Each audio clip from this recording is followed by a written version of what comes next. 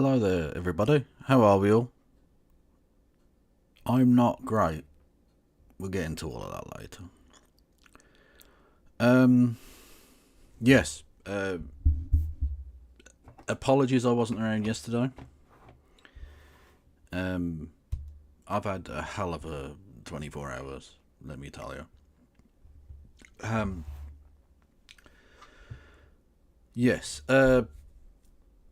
But we're not going to focus on that too much. We're going to try and be entertaining if we can. Yeah. Yeah, I just sort of wanted to start the show with I don't even know. Thank you, I guess. Um, you people are amazing. I put so little into this, really. Um, and yet you turn up and you listen and you support me and you get me through some fucking difficult times, and I don't. Um, um, yeah, thank you. You're amazing. I know I do the joking like fuck you bit, right? And it's funny. It's funny. Kev abuses the audience. Ha ha ha. It's funny.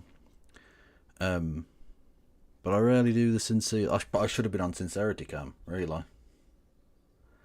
But yeah, thank you. Yeah. So anyway, yesterday, amazing experience. I think possibly a life-changing experience. I feel like things do have to change after that. Um, yeah, I was thinking about how to describe this. I didn't get into an accident. I was driven into. A fucking idiot smashed into my passenger side. Driving in a car. I wasn't like in a plane or something. Um, and thankfully, one of the advantages of being a fucking loner is that there was nobody in the car with me. And that's a good thing. Because if they had been, they would have been probably very, very fucking badly injured. Luckily, with the help of with the help of my cranium, which smashed, not smashed, but hit into the window, um, I was okay. I've got a bump on my head, and my neck is absolutely fucked, like genuinely in a lot of pain. But other than that, I'm fine. A couple of scratches and bruises, nothing major. Um, but I had to stay in hospital overnight because they were worried about possible injuries and concussion and things like that. Um, and they had me in this weird little neck bracey thing, and I didn't. And I thought to myself, right, this is the labour difference. This is the labour difference, right? I didn't get a bed in a hospital ward. Obviously, what would you think this is? Communism or something? I don't know. But I was in the ward, but I was in a chair. So the Labour Party's big difference so far is that you've moved from having to be in the corridor to being in the ward but in a chair. They've nailed it. So I had potential spinal problems, and they put me in a fucking chair. Brilliant. Although the great thing they did do is that when my neck started to get really fucking bad at one point, and it was just pain. It wasn't. There's nothing broken or anything. They gave me a painkiller, which was fucking amazing. Like, for reals, it was the fucking shit. I felt like I was fucking hovering, man. Oh god, mate. Genuinely, I could understand why people become drug addicts.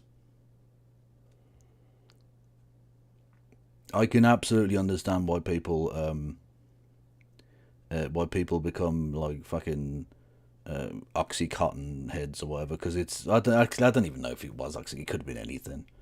I'll be honest with you, my medical knowledge of what happened is as good as it was before it happened, because the doctor who was explaining it to me, he was saying long words, and I'll be honest with you, I was shaky as shit anyway. We got him. Victory is ours. I was shaky as fuck anyway, and I still am. Physically I'm fine, but like emotionally, nervously, whatever, I'm I'm a bit fucked up. Anyway, I was thinking about whether to do this or not, whether to even do this show or not tonight, because like I'm probably not in a great place, and I don't just mean Birmingham. Very funny. No, I'm not. I'm not in a good emotional place, but I need the distraction as much as anything. I need to I'm not built to do nothing. I need to be doing something with my time. Anyway, let's not go down that road. Anyway, so the guy was explaining to me. I haven't got a fucking clue what he was talking about. I don't know. I don't know what the fuck he meant by any of the things he said. And I was just nodding along. He could have been going, chickens and fucking bananas and a telephone made of jelly, and it'd have been just as much fucking. Yeah, okay, mate. Yeah, cool. Look, I wasn't listening. I wasn't listening. I don't give a fuck. So, yeah. And then they were like, they're cheeky cunts, right? So they wanted me to, Stop it. they wanted me to stop it and get some help, certainly. They were like, oh, we might keep you in for another day, for the night again. And I was like, have you got a bed for me to be in? Like, have you got an actual place for me to be? And they said, probably not, but we'll see what we can do. And I just said, I'm going home then. I'll fucking sign myself out if I have to. I'm not sat in that fucking chair for another day. Are you fucking joking? Honestly, the NHS is on its fucking arse. I could have had genuine fucking spinal problems, and they put me in a chair because it was the best they could do. It's a fucking joke, man. That is a stiff dick of poop. Fucking ridiculous. Anyway, let's not go into it. Fuck's sake. So, but the actual doctors were fucking brilliant, as they always are. You know, they do their thing. It's the administration of it and the funding for it, which is just complete bollocks, obviously. Anyway. But I am, like I say, I am fine. The other person is fine. We were both breathalyzed, so there's no alcohol involved. So thankfully, no criminal. I'll get to the noises in a minute. So there's no like criminal element to it. It's fine. And hopefully, because I'm definitely not the person to blame, hopefully the insurance will pay out. So at some point. But whoever it was earlier said, do you hope my car is salvageable? It's not. It's not.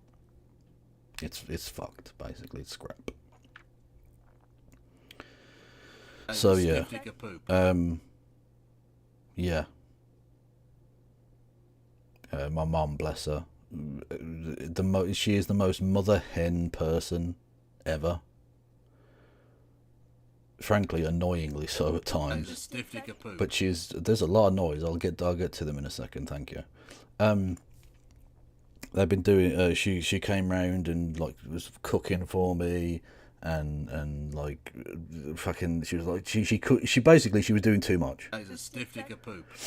She was literally just like, and I had to not quite say get the fuck out of my house. But like, at what point to say like, Mum, you've got to do your own shit. You know, she's got her own fucking shit to worry about. That is a stiff dick of poop.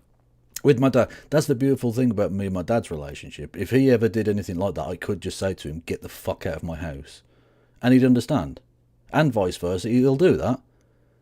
Like we go around for sometimes for Sunday dinner. That's a stiff dick of poop. His partner.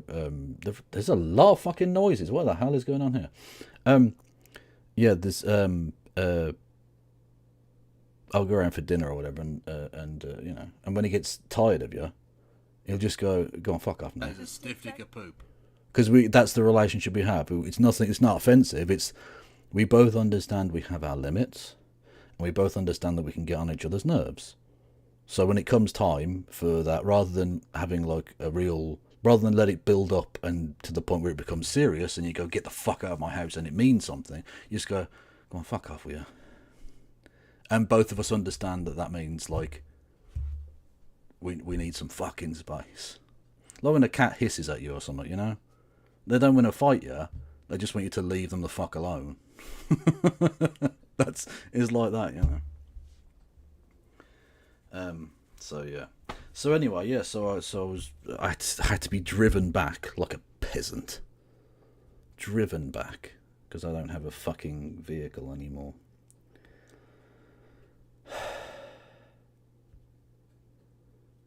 Yeah. Anyway, so there's So yeah, you have to be super nice to me. Okay, that's the thing. You have to be super nice to me.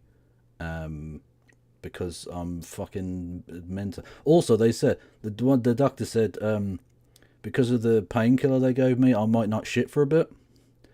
I'm paraphrasing. He said you might have problems with passing with bowel movements in the next few days because apparently it can bind you up quite badly. So apparently I'm going to be literally full of shit. Yeah. Which is fun. Anyway, so yeah, I'll keep you updated on the having to dig out of my arse with a spoon over the next week. Yeah. Anyway. So yeah, shall we get on with some kind of thing, a show thing? Because I don't need to constantly remind myself of my own mortality. So, I'm also sweaty because I've left the fucking heating on like a twat. Anyway, anyway, where was I? Yeah, okay. Noises happened. Oh, sweet merciful Jesus! What in the a hype train happened and then stopped happening, and I didn't even know. Hype chest. Okay, I've got a greedy goose hype thing. There you go, chat. Choo choo. What the? There we go. Thank you to what happened? Mr. Peter Wood for resubscribing. This is 6 months. Much love. Thank you, by Pagan with 49 months. Much love. Thank you, Obsidian String of Numbers, for following. Welcome to the Kevolution. Thank Kieran Saunders with 20 subs. Honestly, fucking hell, Kieran, that's amazing. Genuinely, thank you. Yeah, fuck, that's amazing. Yeah.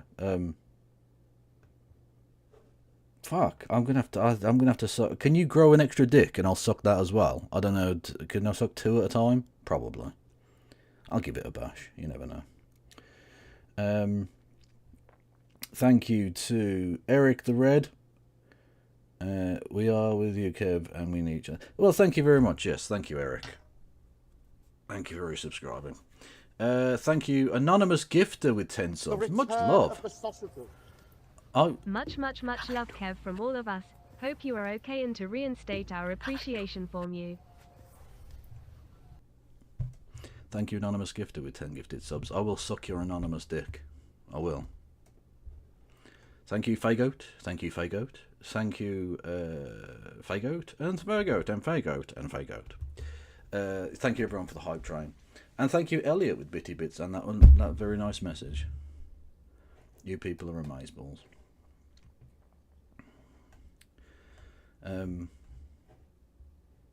Did nothing happen on YouTube? Probably not. Okay. Well, there you go. Well, but you can also give money on YouTube, but you don't have to. It's That is a stiff dick of poop. Thank you. Oh, what the fuck? Oh, thank you, Pete the Feet. Which, by the way, lovely name. For gifting 5 subs. Much love to you. You're all being extraordinarily generous this evening. Thank you. I appreciate it, but I'm also a little bit suspicious. Like, what are they trying to get at? Is this their way of covering the fact that it was them that tried to get me killed? I'm onto you, chat. I'm fucking onto you.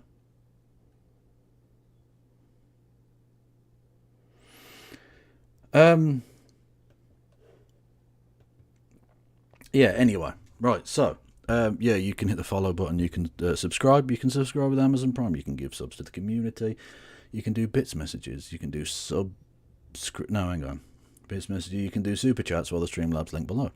You can help me out on Patreon and or PayPal. You can hit me up at the Discord, YouTube, Blue Sky, TikTok, Instagram, and Threads. If you're on YouTube, hello YouTube. You can like the button. Hello, and you can like the button. You can hit the like button. God, I sounded boomer as fuck then. Anyway, you can hit the like button. You can subscribe. Hang on. You can hit the like button. Yes. You can subscribe for free on YouTube. You can do. You can become a member for 99p. You can give memberships to the community, and you can do super chats.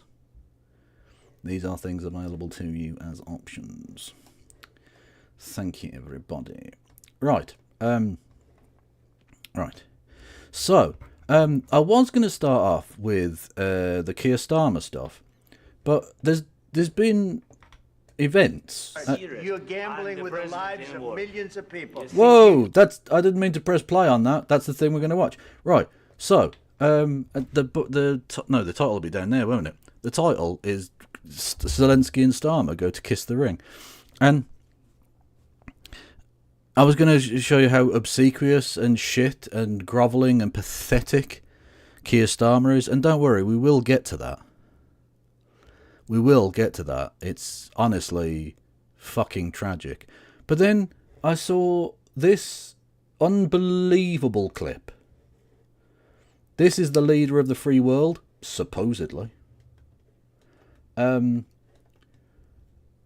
This is The return of the sausage. it is the return of the sausages. Disable the YouTube jumpy alert. You're in no shape to handle a mini stroke. Also, what happened to Twitch's sultry voice? It's back to the old annoying voice. Yeah, I don't know. I've realised that laughing doesn't help my neck. It doesn't like the jerkiness of a laugh. So, yeah, if you could try not to. On that point, though, actually, whilst we're here. So, like, I was doing that whole bit about how you people are amazing.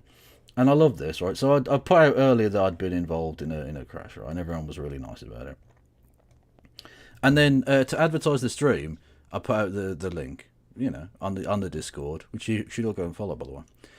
And Marcel does the Marcel thing, right? Marcel Paul always puts out a GIF that's sort of related to the title of the show, right? So, you know, Zelenskyy and Starmer kiss the ring, and so he puts out this bit, which is a GIF of a scene from Robin Hood, the Disney classic from 1960s, 1970s, something like that.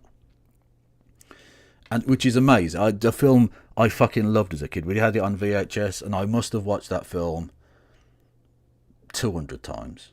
Genuinely, I've seen it too many times. Too many fucking times to realistically judge it as anything at all. It's a cultural meme within the very core of myself. Right? It's not a film anymore. It's a part of me. It's a part of my childhood. Right? What is a VHS? Was it not called that anywhere else? A video tape. A cassette tape. They were about like that big, and usually black. And you put them in, and then you play, and you had to rewind all the way to the start once you got to the end in order to start it again. Anyway, it doesn't matter. It was from 1973. So that's, yeah, I was about right then. Okay. Anyway, so I put that out then. I thought I'd just open my heart a little bit. Right? And I said, I fucking loved that film as a kid. Right? Just allowing a part of myself to out to you. Having undergone this terrible experience, I'm trying to, I don't know, I'm feeling raw, you know? And so I'm opening myself up. And you'll fucking absolutely toasted me. Lord Free2 says, hey ho, Kev is coming out as a furry.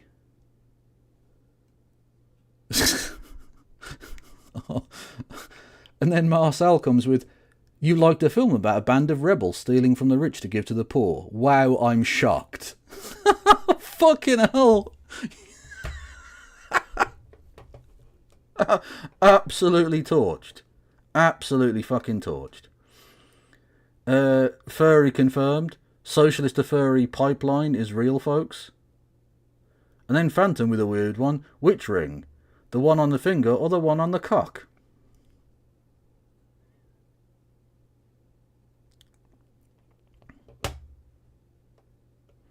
So, you know, thank you for bantering all over my childhood memories.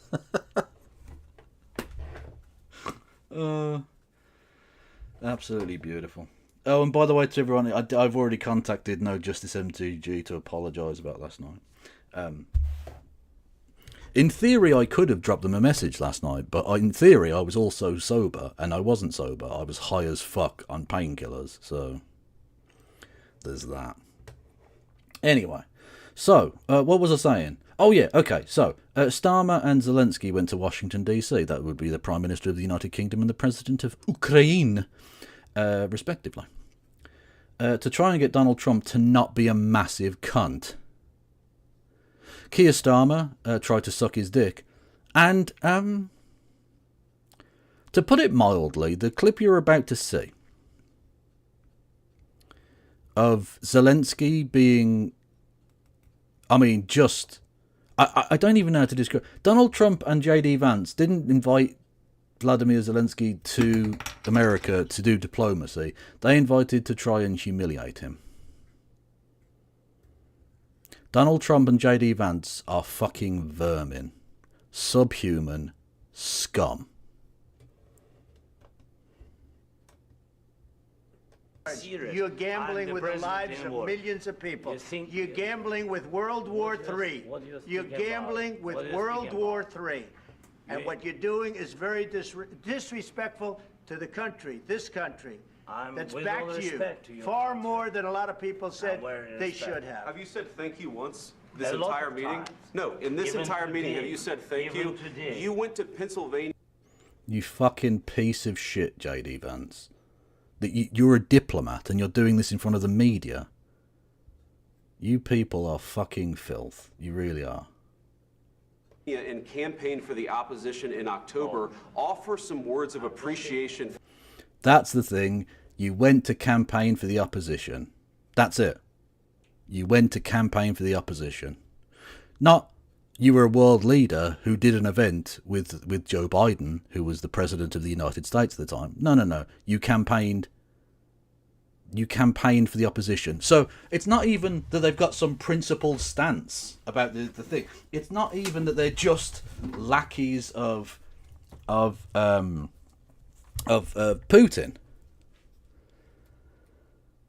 It's that they're butthurt that he appeared with Joe Biden at like some rally or whatever. Who was the fucking president of the United States? What the fuck is wrong with you? The fuck is wrong with you? And also, he's doing this because he wants to get a deal on minerals. So he wants to hand tie, the Ukrainians in their effort to, you know, not be taken over by a horrible, brutal dictatorship, in order that American minerals companies can make loads of money.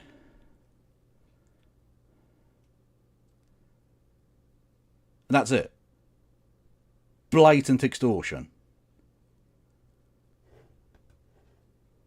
for the United States of America and the president who's trying to save your country. He's not trying to save your fucking country. He's not. He's doing the exact opposite.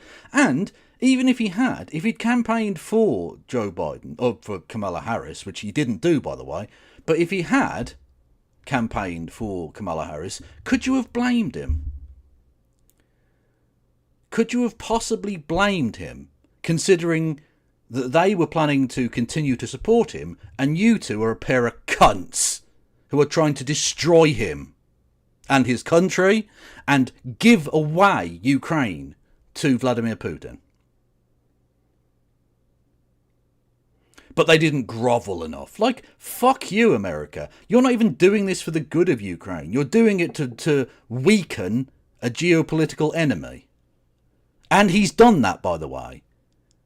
Vladimir Zelenskyy and the Ukrainian people have done the thing that the US government wanted him to do, which is to weaken Russia, to bleed Russia dry. And now in their attempts to back out of that because they don't really need him anymore, he's now the used comrade to be disposed of.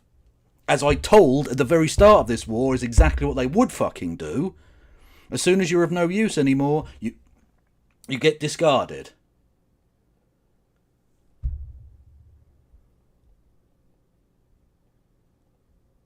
And now they're doing that. They're trying to make it some sort of noble virtue. We're trying to save your country by giving you peace. No, you're not. You're trying to force him to capitulate. You're trying to force him to bend the knee to Moscow. As you already have.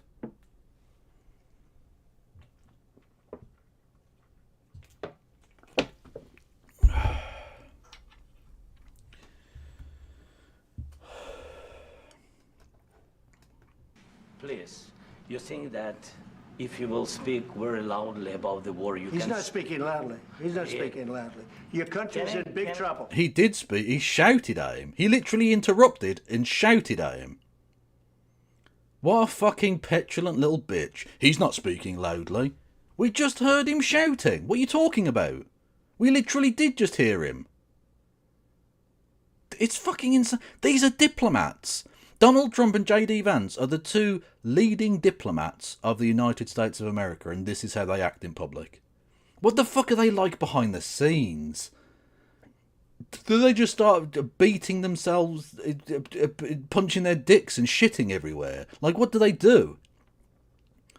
If this is how they're prepared to act in front of the cameras and the microphones, in private, it must be like the fucking inside of a lunatic's fucking brain.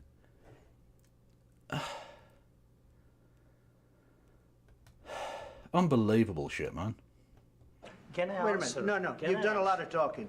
He hasn't done a lot of talking. You and J.D. Vance have totally dominated the discussion. He hasn't talked. You haven't let him talk. Your country is in big trouble. I know. You're not winning. know. You're not winning this. I You have a damn good chance of we coming are out staying, okay because of Mr. us. President, we are staying in our country, staying strong from the very beginning of the war. We've been alone, and we are thankful. I said thanks You haven't in been this alone. cabinet, You and haven't not been only alone. in this cabinet. We gave you, through I this said thank stupid you. president, $350 billion. You voted We gave. No, you didn't. It's not 350. It's nowhere near $350 billion. Why does he have to lie all the time? Your military equipment, and you voted men for are your brave, president. but they had to use our military. What about if you didn't have our military equipment, You invited if me you to didn't speak. have our military equipment, this war would have been over in 2 weeks. In 3 okay? days, I heard it from Putin. In 3 days.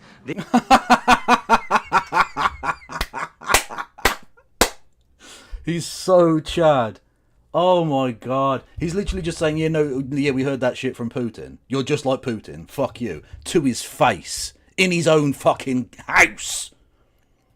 In his own gaff.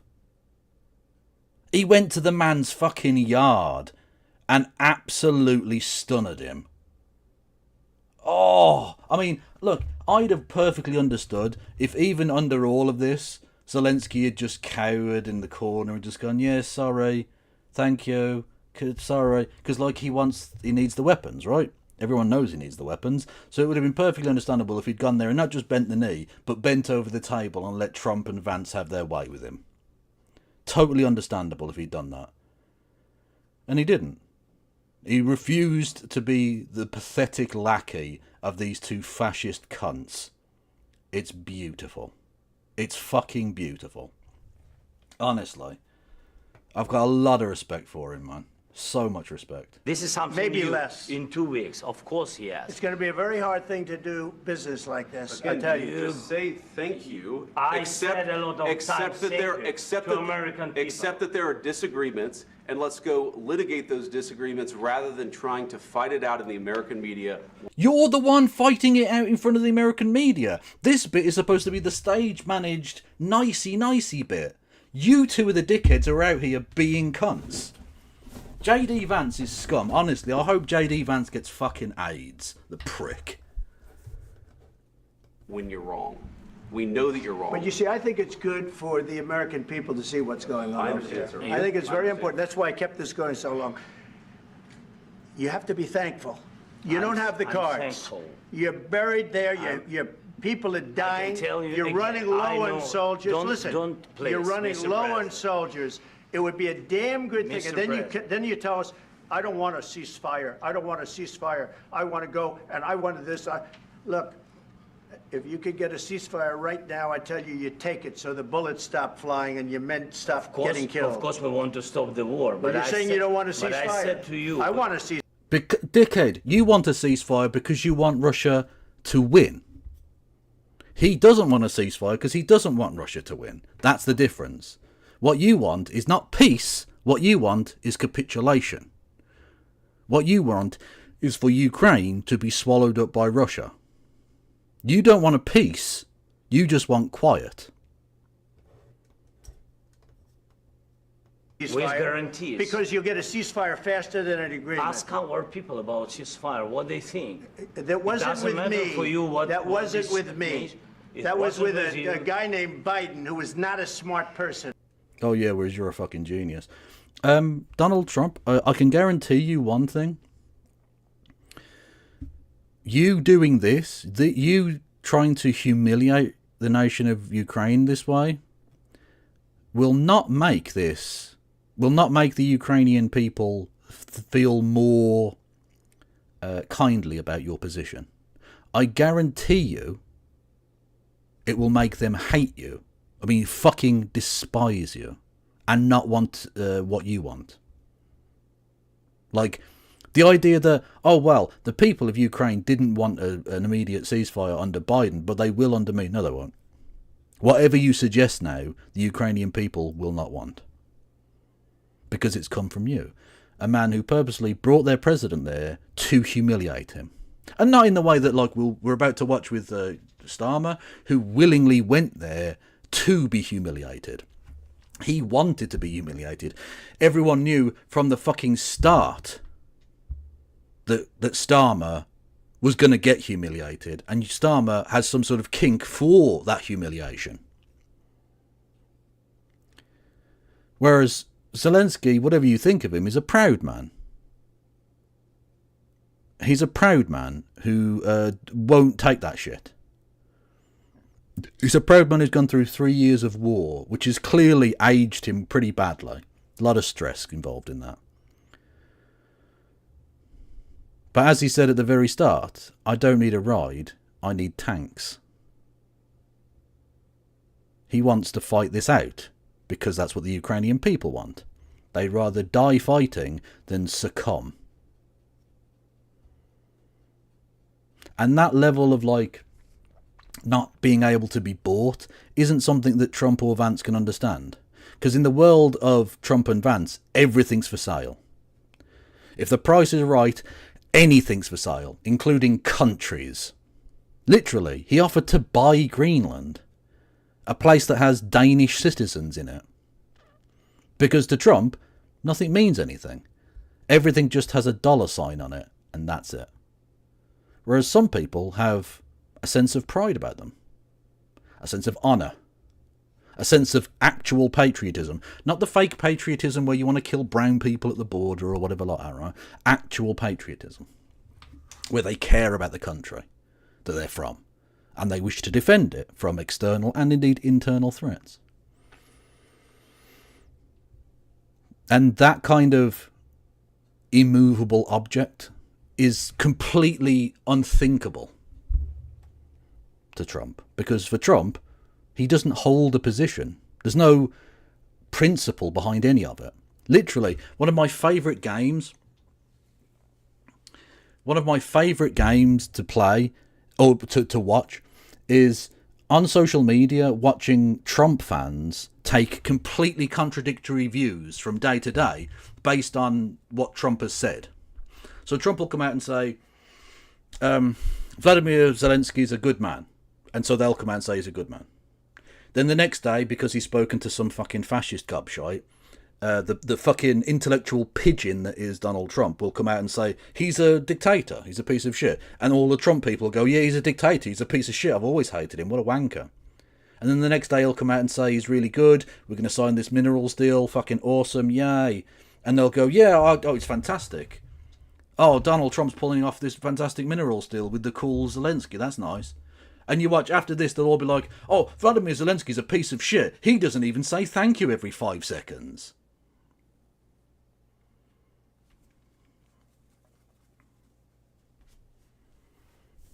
Because there's no principle. There's no principle, there's no ideological underpinnings, there's no morality behind any of it. It's literally everything for sale. Everything's for sale.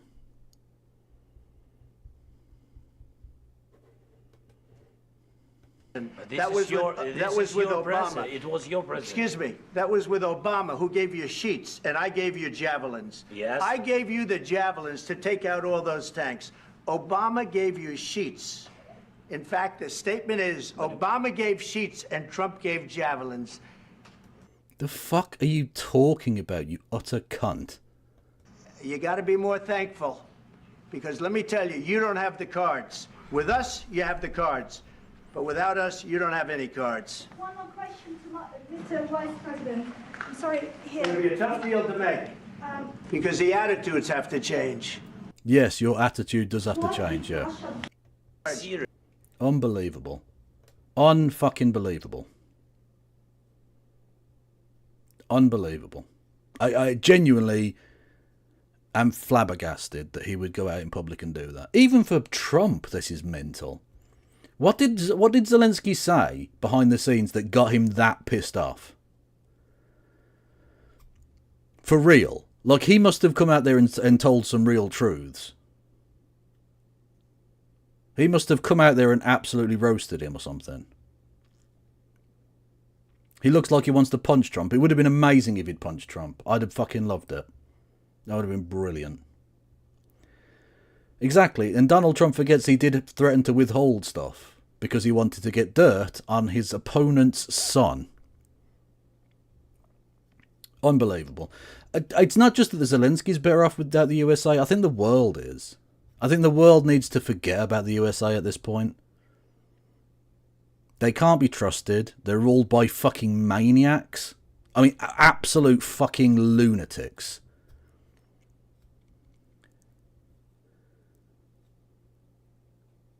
It's done. We need to be independent of America now. We need to just say goodbye.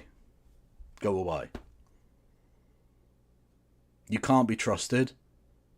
Just like there are certain countries in the world that are in the axis of evil. You're there now too. No, Maria, don't get me wrong. I know millions of Americans didn't want it. That's absolutely fine. But until he's gone, until America has a vaguely sensible person in the Oval Office, assuming they don't just replace him with Vance in 4 years, which is perfectly possible. Vance is certainly setting himself up as a massive cunt. We got him. Victory is ours. NATO exit. Well, I've said before we need to leave NATO. If we're going to have an actually independent foreign policy, we need to leave NATO. Yeah. NATO doesn't work for us. Why are we allowing America to do this shit? Anyway. So, I mean, that literally just happened within the last hour. You're gambling with the lives. Shut up, you cunt. Right. That happened in the last hour. So, like, I don't even have anything else on that. I don't have anything else on that. I have more, like, Starmer stuff. And just compare and contrast how he dealt with Starmer, you know? Starmer was there yesterday. Sir Keith Stonger, KC, was in Washington, D.C. Oh, do you non-binary? If you've got links, by all means.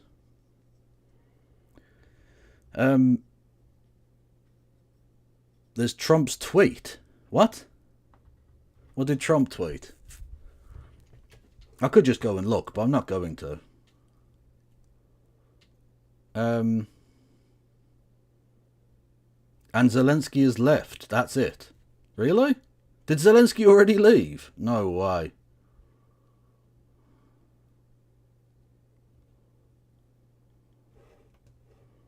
Oh God, what do we got?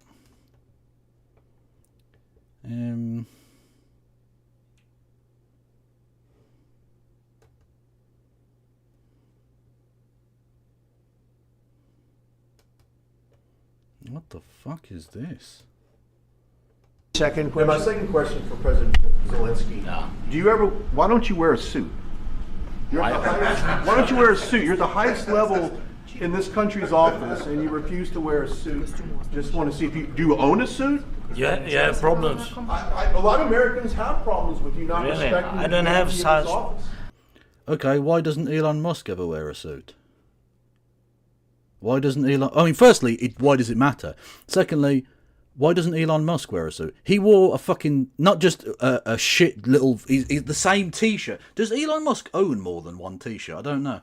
That tech support T-shirt with the black MAGA hat? To a cabinet meeting?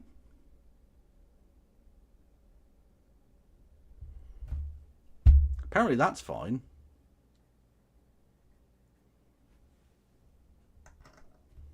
Apparently that's fine. That's normal, yeah.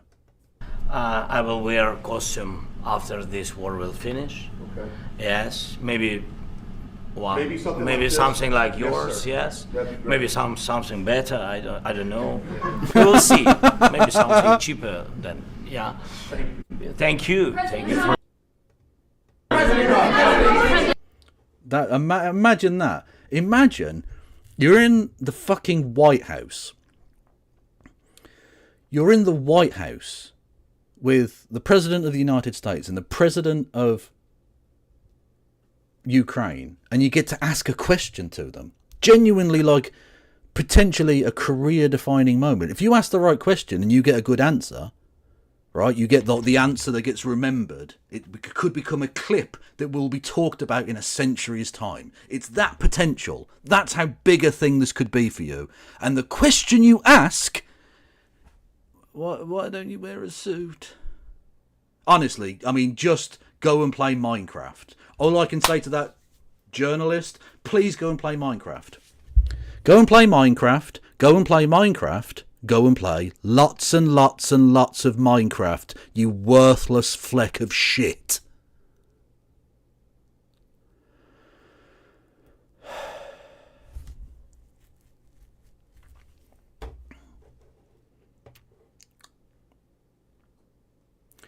Anyway,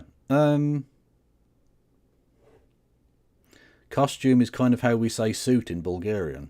Oh, is that like so it's a sort of Slavic type dealio? Costume.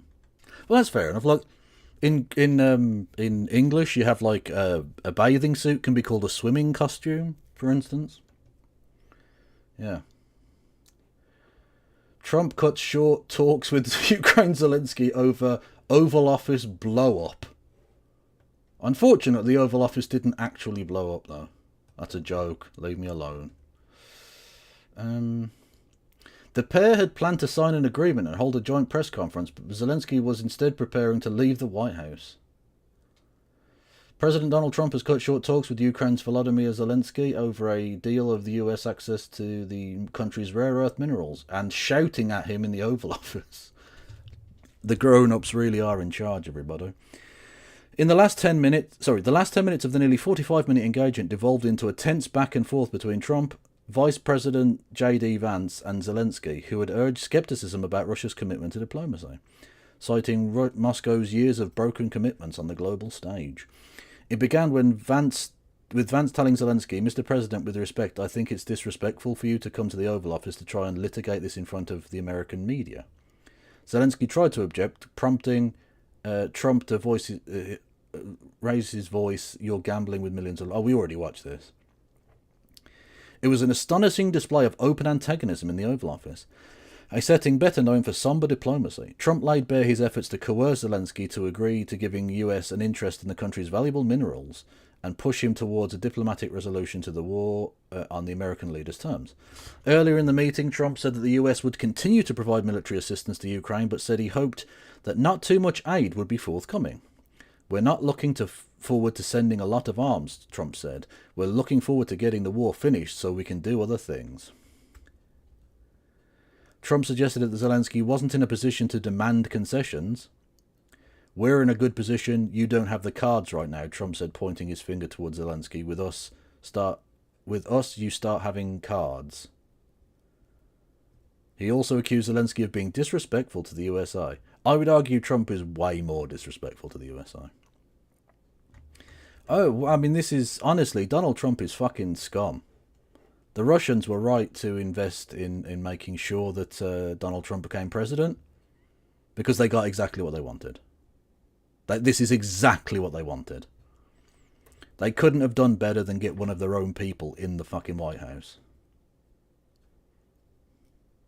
Fucking incredible.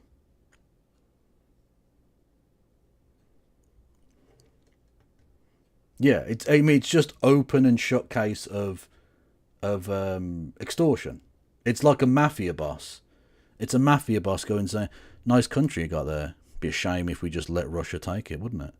I suppose you could just give us all of your fucking minerals and we'll say no more about it." Like, it's literally that.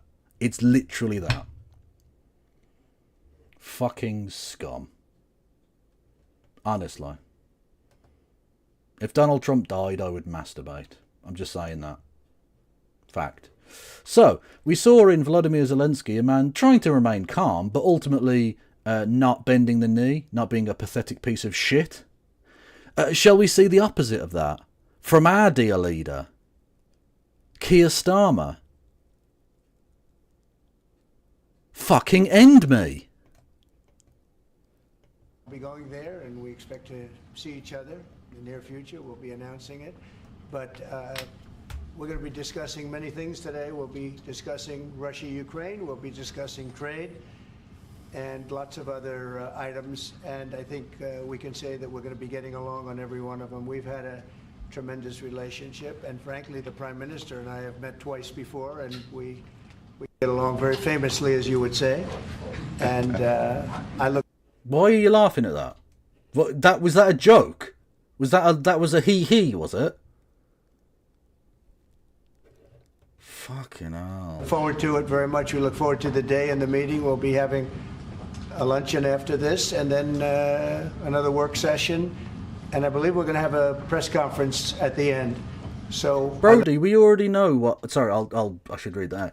I can't wait for Starmer's reaction to the Zelensky meeting. What do you think it'll be? We already know exactly what it'll be. It'll be exactly the same thing that happened at PMQs or at the Monday statement, foreign policy statement thing he did in the House of Commons, where every time he was asked, how do you feel about... what's your response to Donald Trump or to the United States voting with North Korea and Iran and all these other countries, dictatorial countries, and Russia, of course, against the resolution at the United Nations condemning Russia's invasion of Ukraine. To which any normal person would go, it's a cunty thing to do. It's really shit, actually. He shouldn't have fucking done that.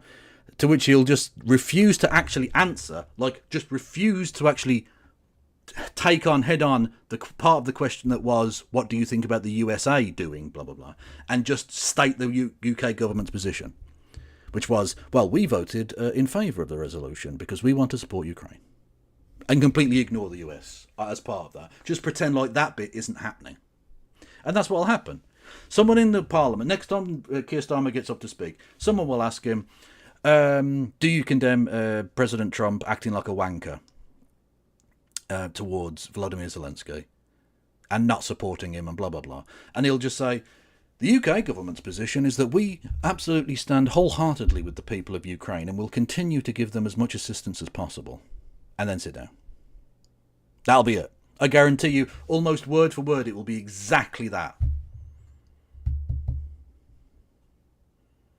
Yeah, his fingers in the ears and just go la la la la la. I'm not listening to America. I don't hear anything. That's why, like, it didn't even last as long. Because what I was going to say, because when I was thinking about doing this show today, I was like, what do I actually say about all of this? And that was before I saw this fucking Trump Zelenskyy thing, because it hadn't happened yet. And I was thinking, right, some of the quote unquote wins, some of the victories that Starmer had supposedly in America, which is like he got Donald Trump to say Zelenskyy was a good leader and that they were going to support him. Those wins don't mean anything because they're not actually wins, because Donald Trump doesn't stick to anything. Donald Trump doesn't have a principle. You can't make an agreement with him because he'll break it the next day. So it's not an agreement. All it is at that specific moment in time, he thought it was more efficacious to pretend that was his position. And then the next day he'll talk to somebody else and that'll be the new thing. So they're not wins. They're nothing. They're literally irrelevant. It's literally fucking irrelevant what he decides or what he thinks he got out of Donald Trump, because he didn't. But the thing is, it's so fucking bad that it didn't even last till me doing the stream to be able to make that point. It's so obvious that he just won't stick to an agreement that literally he went from saying Zelensky's a good lad, we'll support him, to literally cussing him out in front of the world's fucking media and allowing his little fucking dog, his couch humping dog, to bark at him before I even got on stream to be able to make the point. So absolutely unreliable, so feckless a creature that he is. Fucking ridiculous, man.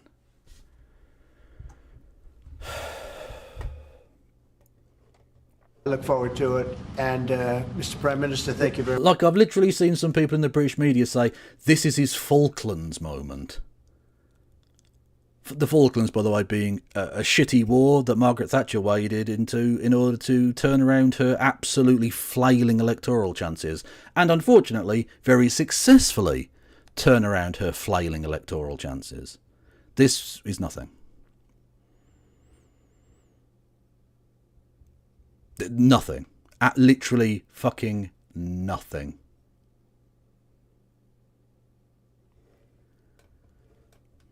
Thank you.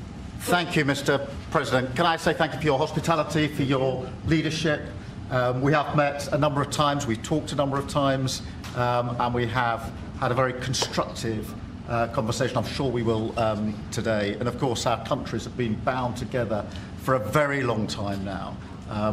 Not as closely as they should be. I'm just saying, America, you can come back into the warm embrace of Mother England.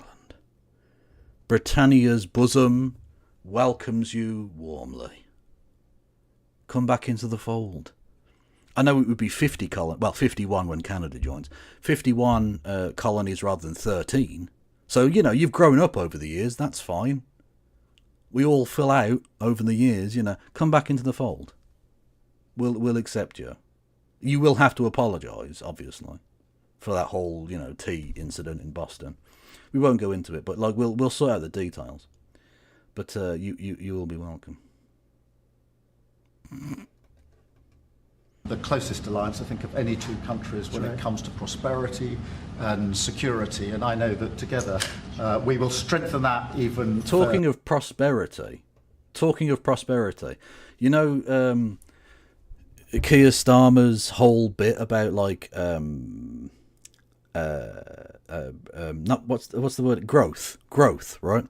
He loves the word growth. Everything has to be about growth. His growth agenda, he managed to fit that into the weirdest fucking place ever. I definitely did bookmark this like early yesterday before everything happened. Where is it? Hang on. Bookmarks.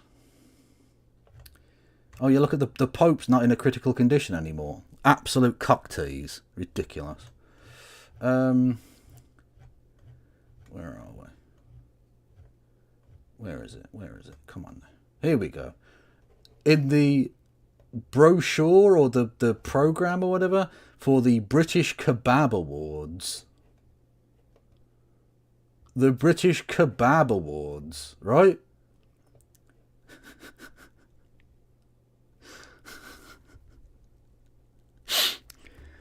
Kebabs are a truly global food which continue to be loved by people across the UK. Kebab restaurants and takeaways and the wider hospitality sector play a fundamental role in communities and local economies in every part of the UK.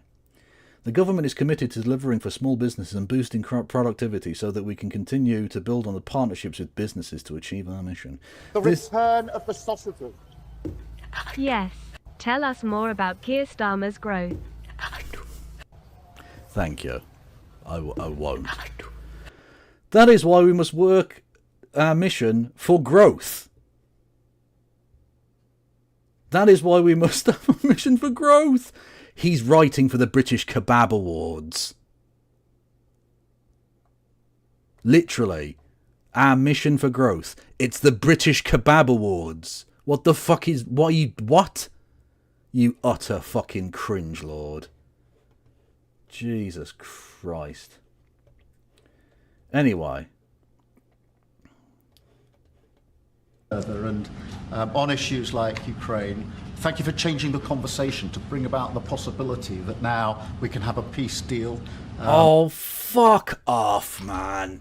Thanks for changing the discourse so that we can now talk about peace. Firstly, are you going to ignore the fact he put out an AI video about Trump Gaza? And how he's going to build how he's going to sun himself on the beaches and the hotels he's going to build on the Gaza Strip? No, that's fine. Okay. Also, he doesn't want peace. He just wants capitulation. And you know that. Like, what the fuck is wrong with you? What the fuck is wrong with you?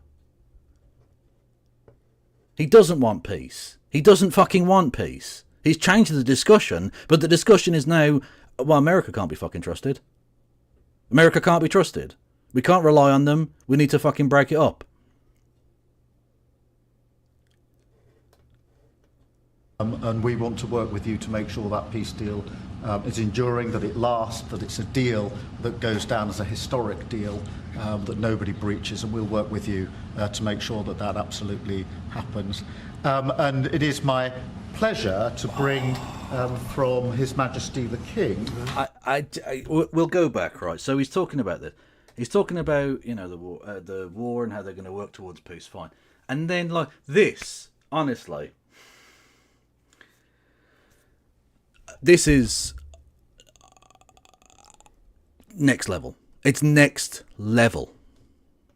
It is my pleasure to bring from His Majesty the King a letter. He sends his best wishes and his regards, of course, but he also asked me to bear this letter and bring it to you. So can I present the letter from the King to Thank you very much. Oh, fucking hell.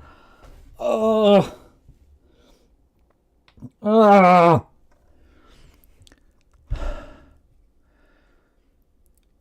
Oh.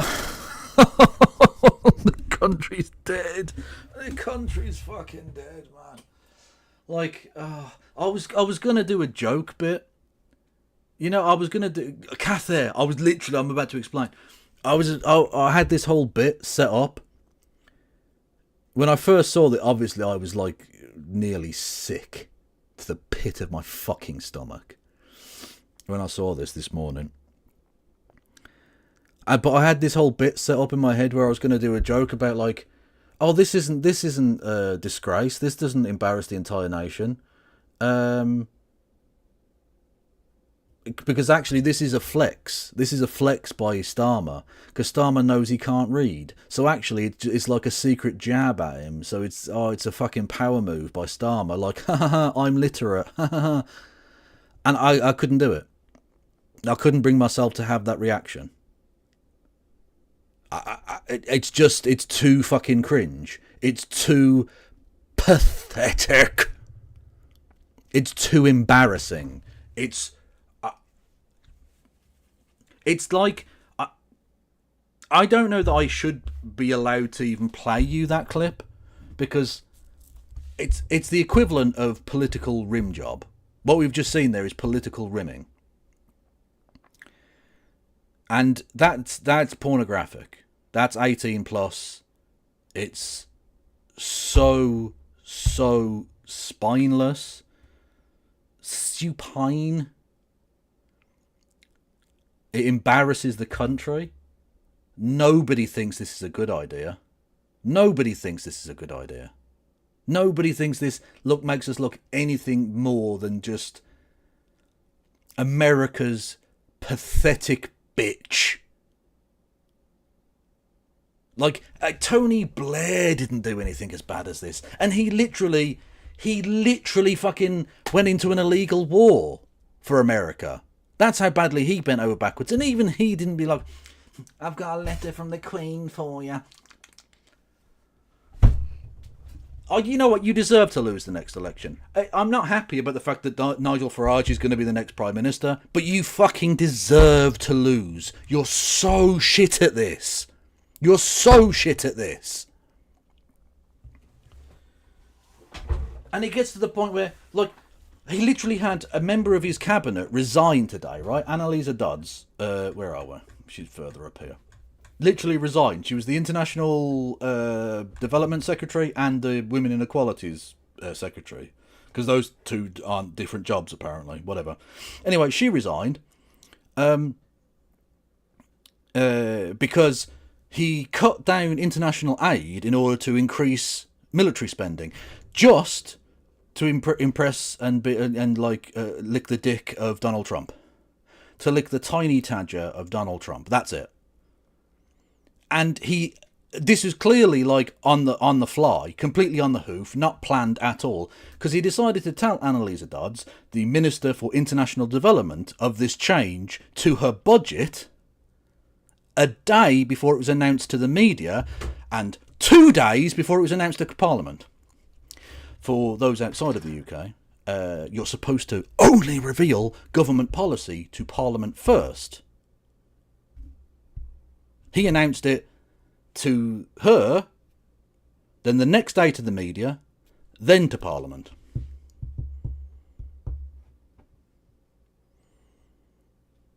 All to impress this orange cock. This fucking flabby orange lunatic.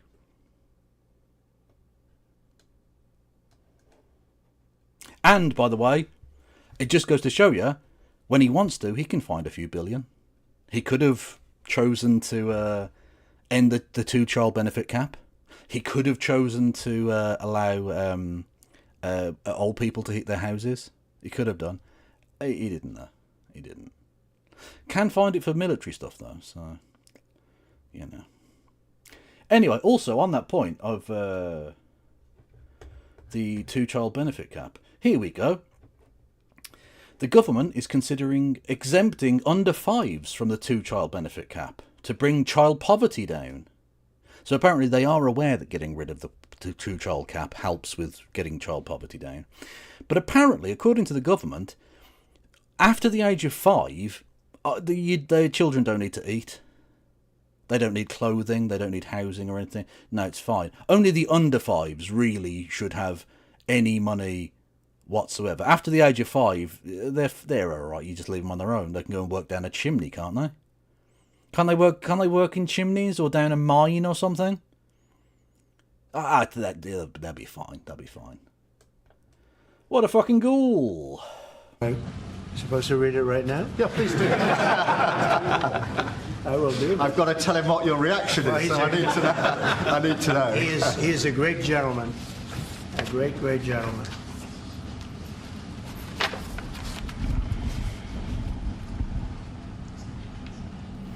Oh my god, he's not going to read it aloud, because that would prove he could actually read.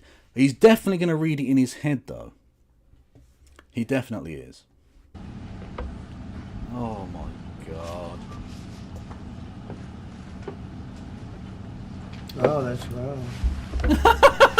well, that is really nice. I must make sure his signature's on that. Because, otherwise, it's not quite as meaningful. It is, and that's quite a signature, isn't it? Beautiful.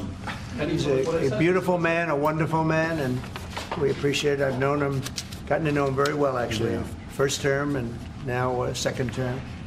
Perhaps you'd like to say what that very important paragraph. Yeah, so this is amazing. Yeah, I mean, I could read it out because I can definitely read. I, Donald Trump, can definitely read. Okay?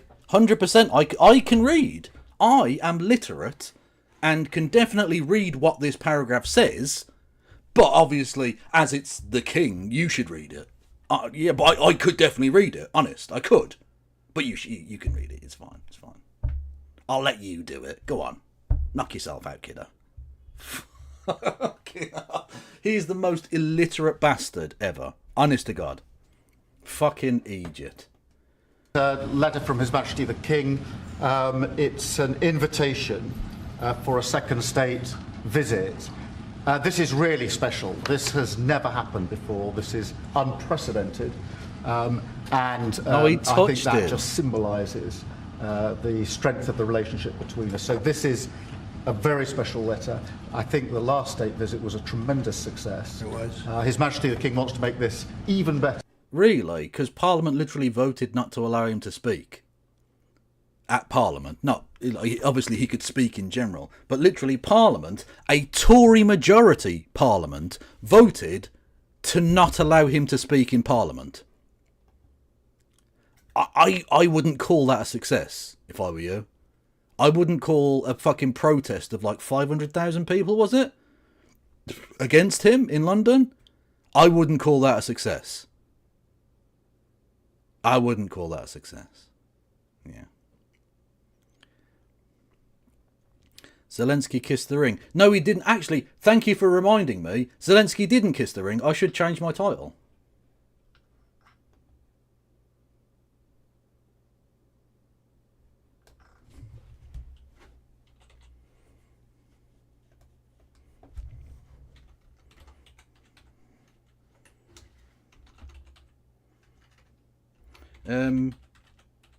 Because I put that title together before we saw the shouting match thing happen. Yes. So yeah. So when I said Zelenskyy and Starmer kissed the ring in Washington, it's because I assumed that's what he'd do. Because like that makes sense. He's the leader that needs the weapons from Trump, so he'll go there and kiss the ring. But he didn't. He didn't at all.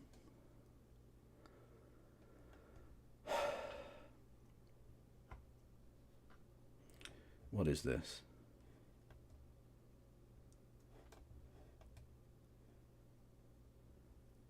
Ukrainian ambassador. Oh no. Oh, God bless her. Yeah, she's got a hell of a job on her hands. Ukrainian ambassador to the US, Oksana Markarova, whatever, during today's exchange between Trump and Zelenskyy. Yeah, that's about right. Yeah, that's fair enough. And then, yeah. It's too late now. It's too late now, Marco. You've put your dick in this tiger's mouth. It's too late. Jesus Christ.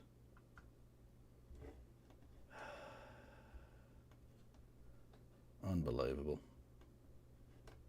Than that. So this is truly historic, an unprecedented second state visit, and he wants to talk that through with you. And that says at Windsor. That's yes. Really something. Yes. What do you mean that's at Windsor? Didn't you literally just read it?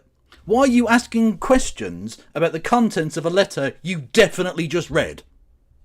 Why, Mr. Trump, are you not already, pray tell, aware of the details of the letter, given that we just saw you visibly reading it?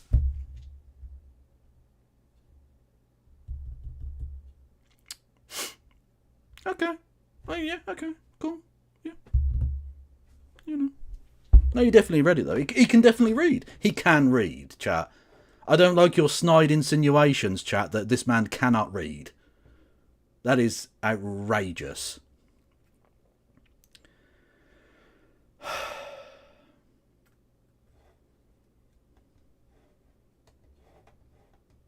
That is your answer.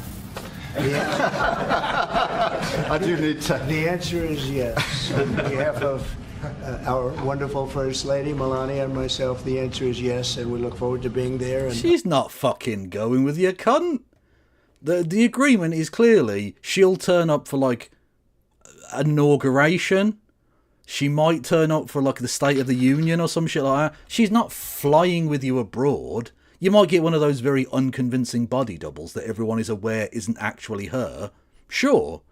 Wearing a comically massive set of sunglasses so that you can definitely see enough of her face. You know, that, yeah, come on now. Like, you might get one of those there, but she's not fucking going with you. She hates you more than anyone else on Earth, I'm sure. She was definitely hoping you'd be dead by now. She was definitely hoping you'd be dead before Baron turned 18, so that she gets the fucking control of the money, you know what I mean? honoring the king and honoring really your country. Your country is a fantastic country, and it'll be our honor to be there. Thank you very much. Well, thank you very much, Mr. President. I shall happily take that back to His Majesty. It's beautiful. Thank you. Thank you. Thank you. I'm going to keep that one. You're going to keep that one? Yeah, because he'll read it again, because he can definitely read. He can. He can. Tate landed in Florida today on a private jet after being released from custody in Romania. They are accused rapists, human traffickers, not thought of as good people in many circles. Did your administration pressure the Romanian government to release them, and if so, why? I know nothing about that. That's not true. That's not true. We know for a fact that the US government did put pressure on them. Yeah. Fucking ridiculous. Where is Hemel Hempstead? I have no idea. I don't know where that is. I've heard of it, but I haven't got a clue where it is. Yes, the Andrew Tate and his brother are in Florida. Don't listen to their lies, though, by the way. They've said they have no ongoing legal case against them, even though literally the change in the judicial decision that's been made calls for them to definitely return to Romania by the 25th, I think it is, of March. So they've got slightly less than a month. And then they have to be back in Romania, otherwise they will be on the run. Criminals fleeing the law. Also, the UK also has extradition agreement with Romania, so they would be on the run from Britain as well. Yet another ally. Yeah. I don't know. You're saying he's on a plane right now? He's back. They already did. Yeah, I just know nothing about it. We'll check it out. We'll let you know. What a fucking liar. Also, I saw some people going, is this really what Trump voters voted for? Like, you know, them, you know, putting pressure on them to release rapists, child traffickers, pederasts, the Tate brothers. And I thought to myself, yeah, that is what they voted for. They voted for a man they know to be a rapist, who defends other rapists, was friends with Jeffrey Epstein for many years. Yeah, this is exactly what they voted for. They voted for America to be a safe haven for sex rapists. Sex rapists? Rapists. Pederasts. Yeah, that's exactly what they voted for. They would never want to admit it, of course, but that is exactly what they wanted. Literally, oh my god, the weirdest shit. Right. No, bookmarks. They released, quote unquote, information about Jeffrey Epstein. Right? The Jeffrey Epstein files. Didn't release it to the public. Didn't release it to the media. They released it to some hand-picked conservative twats. And they decided to take folders full of information about the mass rape of women and girls and dance about outside with it. You may notice the woman in white there is Libs of TikTok. That's literally the woman behind Libs of TikTok. And they're dancing with the binders full of information about rape and trafficking people. And also, naturally, it's heavily redacted, of course. I thought it would be, because obviously the only reason he wants to reveal this is because he wants Bill Clinton to look bad. So I thought it was just going to be redacted, redacted, redacted, Bill Clinton, redacted, redacted, redacted, redacted. Right? Turns out they haven't even done that. Look how much information, quote unquote, they released. This is the actual folder of the information that has been released by the Trump administration. Nothing. Literally no information. It's all redacted. So you didn't release anything. You literally didn't release any information. Nobody has learned anything.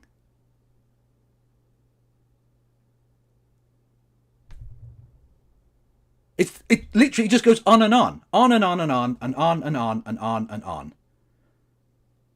I'll let it play out. There's another 46 seconds of this. Just page after page after page. Of nothing. Of no information. It's all redacted. It's like Mike from PA. Do not dox Mike from PA. I mean redacted. Redacted, redacted. Okay? In my chat. That's an outrage. Look at it. It's just... What a waste of ink. Literally. How much ink is that going to take? There's just blocks of black ink.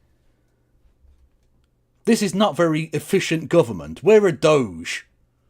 Where's Elon Musk and his 20-year-old fascist army? This is not a worthwhile use of government money to release no information. Fucking joke.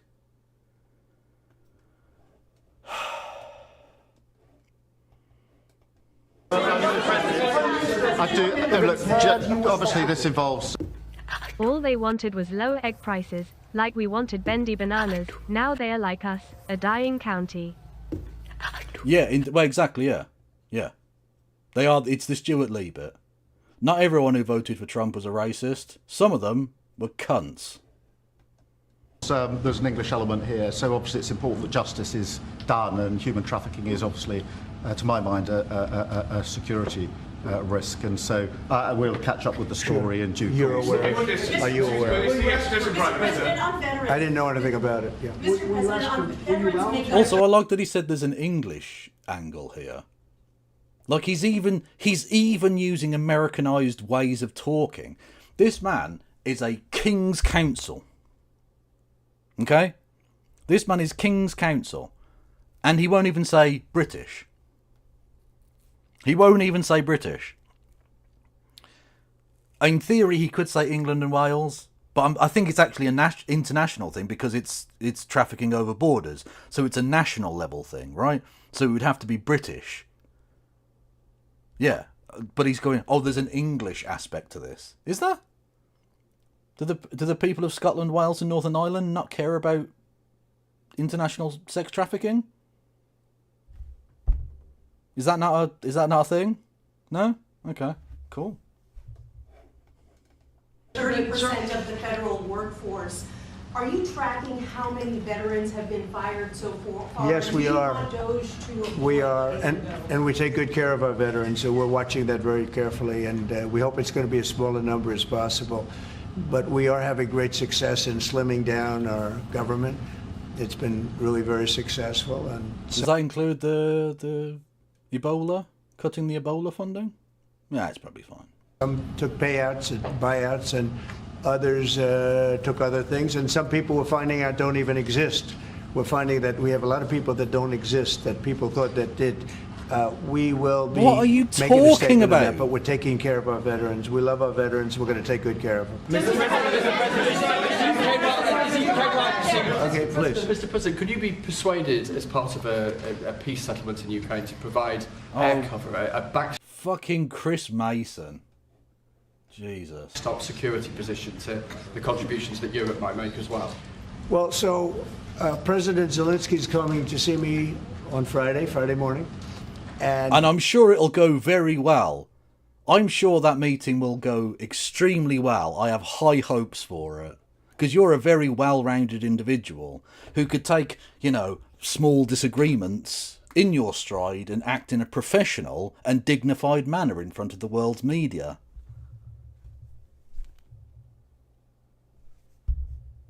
Cunt. We're going to be signing really a very important agreement for both sides because it's really It didn't get signed. going to get us into that country. We'll be working there. We'll have a lot of people working there. And so in that sense, it's very good. It's a backstop, you could say. I don't think anybody's going to play around if we're there with a lot of workers and having to do with rare That's not what earths that and means, you dopey cunt. Oh, for fuck's other sake. things which we need for our country. And we appreciate it very much. And I look forward to seeing him. We'll be talking about it, and we'll also be talking about that today with the Prime Minister. Yeah, I mean, as you know, we've already indicated that we'll play our full part in making sure that any deal, if there is one, and I hope there is, and I think this is a historic moment to make sure it's a lasting deal, and we're about to have a discussion about how we can make that work. But I have to say this, as I said yesterday, you know, you're talking about a peacekeeping force. We have to make a deal first. A peacekeeper. So basically, Keir Starmer is prepared to send British troops to Ukraine to presumably be murdered whenever Vladimir Putin next wants to kick the war off, in order that American mineral firms can make billions by stealing the resources of the Ukrainian people. Fixing the foundations. And then we don't have a deal. We have Russia, we have Ukraine. I think we're very well advanced. I think we have Russia, been, we have Ukraine. We have Russia, we have Ukraine. It's like a fucking 5-year-old. He talks like a 5-year-old. Doing very well. We have Representatives Steve Witkoff and Scott and Marco and JD. We're all involved, every one of us. And He's and just a lot naming more. people he can see. That's not an answer. We've got Dave and Marco and James and he's just naming the people in the fucking room, man. Jesus Christ. How shit is he? Really? But I think we're very well advanced on a deal, but we have not made a deal yet. So I don't like to talk about peacekeeping until we have a deal. I like to get things done. I don't want to give it the bad luck sign. We don't want to do that. But we've had very good talks with Russia, and we've had very good talks, as you know, with Ukraine. Yes, sir. Mr. President, does the Prime Minister have to choose a closer relationship with the EU as he is seeking and a good trade relationship with you? Which one should he go for? Well, I think we have just a great relationship. We actually had a good relationship before. We've met a couple of times, and I'm very impressed with him. I'm very impressed with his wife, I must say. She's a beautiful, great woman. And I said you. He literally can't fucking mention a woman without saying, did you see the beautiful or ugly? Like, he's such a misogynist, that's all he can see in a person, that's a woman, you know? I said, you're very lucky. He's very lucky. And no, we've had a very good relationship. He's worried about Britain potentially undoing some of the benefits of Brexit by seeking a closer tie with the EU, who you said was set up to screw No, I don't the worry about that. United I thought, you know, frankly, what they did was the right thing at the time, and I think Starmer would definitely let Trump fuck his wife. Like, if Trump could get an erection. If Trump could get an erection and wanted to fuck his wife, Starmer would absolutely let him. He's that much of a cock. I think that'll probably prove out over the centuries. You know, you have a long time to go. But I think I predicted that was going to happen, and it did happen.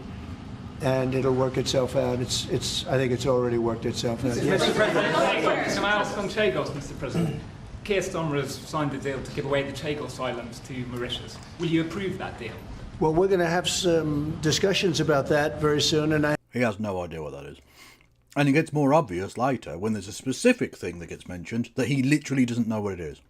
I have a feeling it's going to work out very well. They're talking about a very long-term, powerful lease, a very strong lease, about 140 years, actually. That's a long time. And I think we'll be inclined to go along with your country. Yeah, I think it's a little bit early. We have to give. Wow, so that we've got such an independent foreign policy. So much sovereignty that America says it's okay for us to do the thing we wanted to do. Cool. Fucking hell. Be given the details, but it doesn't sound bad. Yeah, please. Mr. President, you obviously can do business with our Prime Minister Keir Starmer. You said yesterday that the EU was constructed to screw the US when it comes to trade. What can our Prime Minister say to you to persuade you not to impose tariffs on the United Kingdom? Yeah, did I use the word that you said, that bad word? I think so. Well, I think that the EU, yeah, I've had problems with the EU because, and we're not talking about, we happen to have a great relationship with you, but we did have, and we do have problems with the EU because they've... He doesn't know we're not in the EU, does he? Even though he's best mates, apparently, with Mr. Brexit, Nigel Farage. He just intimated there that he thought that we were still in the EU. Amazing. Tariffed us.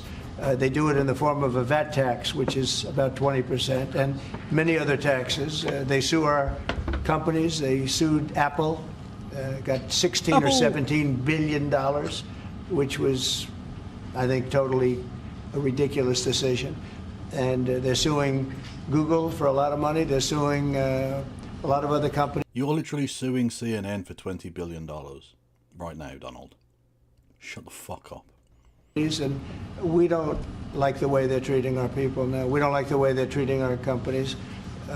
They sell us cars. We don't sell them cars. They don't take our cars. They don't take much of our agriculture.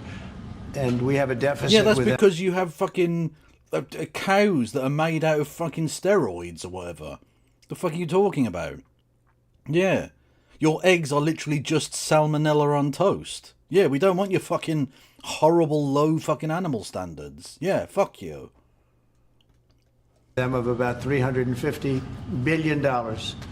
So I wouldn't say it's been such a great relationship personally, but other people did. Also, this thing about, oh, the EU was created to fuck America. You do realise that people exist, or that things happen outside of just to do with America. Like, you're not the main character. There is no such thing as a main character. Countries do things for their own purposes. It's not just like, oh, let's get one over on America. Like, he even has to do victim playing with his rewriting of history. The EU was set up for their own fucking purpose. It got nothing to do with America. Shut the fuck up. Because it's politically correct to say that it's been good, but it hasn't been good. What's that got to do with political correctness? And we are going to have reciprocal tariffs. We're not going to have tariffs. We're going to have reciprocal. Whatever they charge us, we're going to charge them, which for many... Well, that's a lie. That's already a lie. Because you don't have a 25% VAT tax. Whereas you have imposed 25% across the board tariffs on the EU. So shut the fuck up. Years, foolishly. I would have done that, but then all of a sudden we had COVID and we had other things to think about. So it took me a little while to get that. You had COVID in the last year of your presidency. You can't say like, oh, I was going to do it, and then COVID. You had most of your term done before COVID happened. On, and we had, in my first 4 years, we had the greatest economy in the history of, I think, the world, but certainly in the history. That's a lie. Of our country.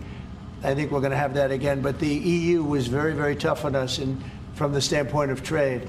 Then you could take it a step further and go into NATO. And that was a very tough situation for us. I mean, that's been a very tough situation because we were paying a disproportionate share. And it wasn't good. So, as you know, they paid hundreds of billions of dollars after I got involved. And they evened it out a little bit, but not very much. And then if you look at the war, we're in for $300 billion plus. And that's they're a lie. In for $100 billion. They get their money back, and now we'll get our money back also. But under Biden, you wouldn't have done that. Biden did a terrible job, I have to say. I hate to say that about somebody that sat here just before me, but he did a terrible, terrible job. You've never said anything good about any other human being. Shut the fuck up. That war should have never happened, the war between Russia and Ukraine. Frankly, October 7th should have never happened. Israel, that should have never happened. What happened there should have never. Inflation should have never happened. Afghanistan should have never happened. The way. No, Afghanistan should have happened. It should have happened during your presidency, and you bottled it. You pussied out of it. They got out, not getting out, but the way they got out. So, but I can say that as far as we're here for a different reason, we're talking about a very different place, and this is some place that I have investments there.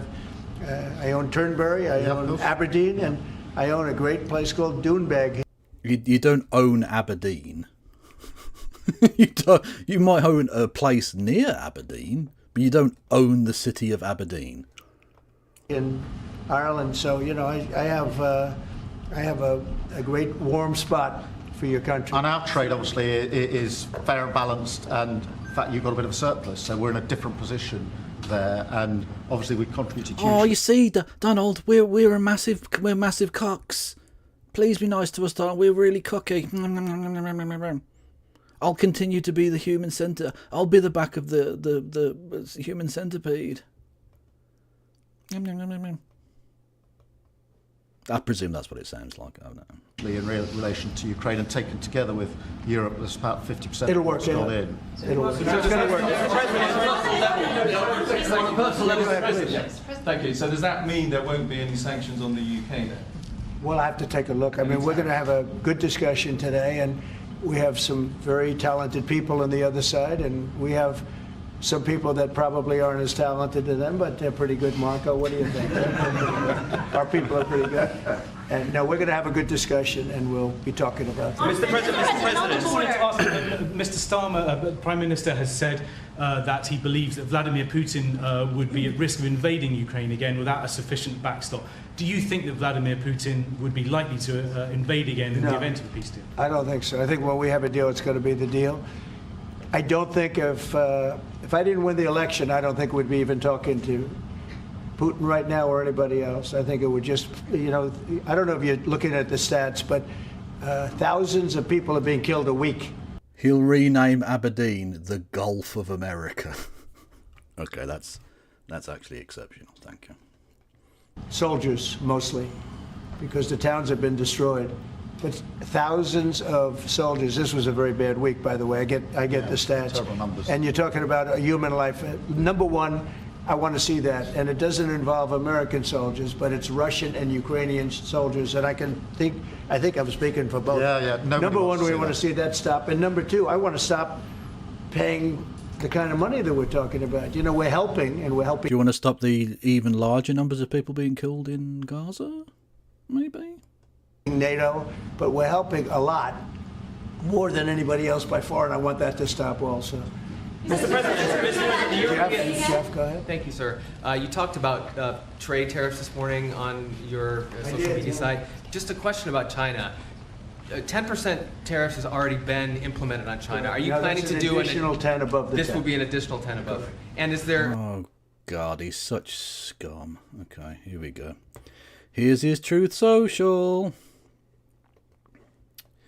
A statement from President Donald Jackoff Trump. We had a very meaningful meeting in the White House today. Much was learned that could never be understood without conversation under such fire and pressure. It's amazing what comes out through emotion, and I have determined that President Zelenskyy is not ready for peace if America is involved, because he feels our involvement gives him a big advantage in negotiations. I don't want advantage. I want peace. He disrespected the United States in its cherished Oval Office. He can come back when he is ready for peace. Honestly, I hope Donald Trump dies.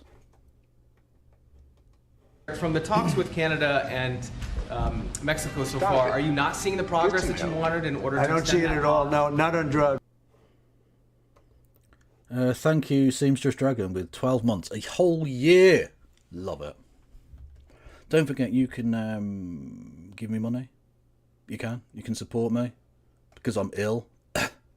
Actually, I wish I hadn't done coughed. Anyway, yeah, no, you can help me out if you wanted to, in the form of bits and subs and super chats and memberships and that sort of thing, if you wanted to. If you wanted to, and you are able to. We've done a great job. If you look at Tom Homan, he's been incredible, and Christie, they've done a great job in terms of the border. Christie, what? Is Christie Winters working for the Trump campaign? I didn't know this. What a betrayal. What an absolute betrayal. I presume there's only one thing. I am not the first to say this, but I do sort of see where J.D. Vance's mum was coming from when she traded him for drugs. This has to be the best trade deal in the history of trade deals maybe ever. Yeah, true. Yeah, no, I get it. But the drugs continue to pour into our country, killing hundreds of thousands of people. We're losing substantially more than 100,000 people. I mean, dead. They're dead. The families are destroyed after that happens. So it's, you know, it's not just that. That's the ultimate. But the families are absolutely destroyed. The drugs come in through Mexico. They come, a lot of them, not all of them, but a lot of them come from China.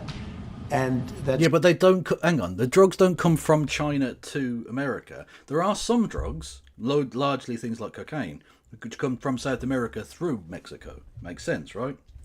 But the drugs from China just come into the country. They fly them in. Because, like, fentanyl and oxycodone and stuff like that are, like, proper medicines. There's a perfectly legitimate reason why you would import them. So you can import them under the guise of legality and then sell them illegally. Which is exactly what happens.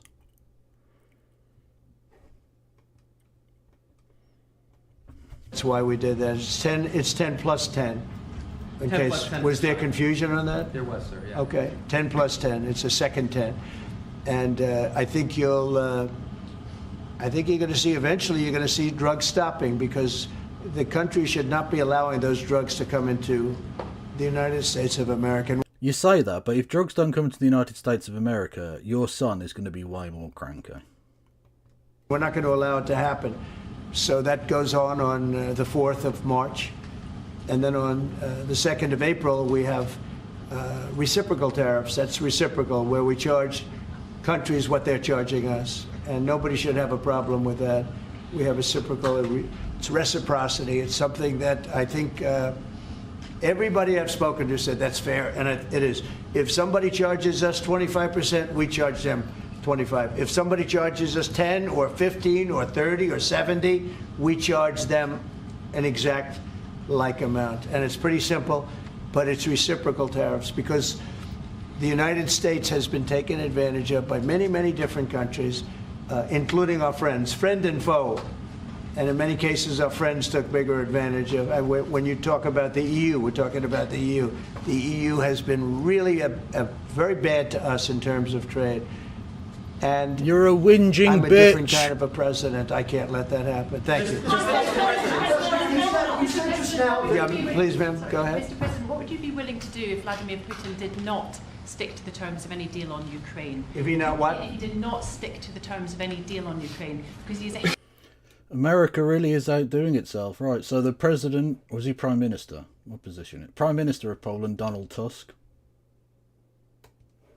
Dear Zelenskyy, dear Ukrainian friends, you are not alone. From 4 minutes ago.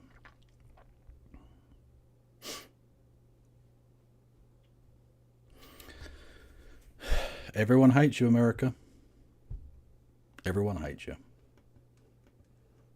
Of not sticking to his word when it comes to international agreements. I think he'll keep his word. I think I've spoken to him. I've known him for a long time now. You know, I've known him. We had to go through the Russian hoax together. That was not a good thing. Russia. That was a rigged deal, and had nothing to do with Russia. It was a rigged deal with inside the country, and they had to put up with that too. They put up with a lot. It wasn't just us. They had to put up with it, with a phony story that was made up. I've known him for a long time now, and I think he will. I don't believe he's going to violate his word. I don't think he'll be back. When we make a deal, I think the deal's going to hold. Now, they're going to have security. You're going to have security. Yep. You're going to have soldiers. I know France wants to be there. The president has said he wants to have soldiers there. I don't think we're going to even be necessary, but I don't think there'll be any problem with keeping the deal with the security. We're going to discuss that. You want to say something? No, I was just going to say, I mean, the deal, if we get it, is going to be hugely important. I don't think it would have happened if the space hadn't been created for it by yourself. You are a fucking cocksucking bitch. You are the most pathetic human being. Like, you've already said this lie, You've already told this fucking lie. He's extorting them for minerals. And you're like, this wouldn't have even been possible. Even though you were sucking off Joe Biden 3 months ago. You're now like, it wouldn't have even been possible.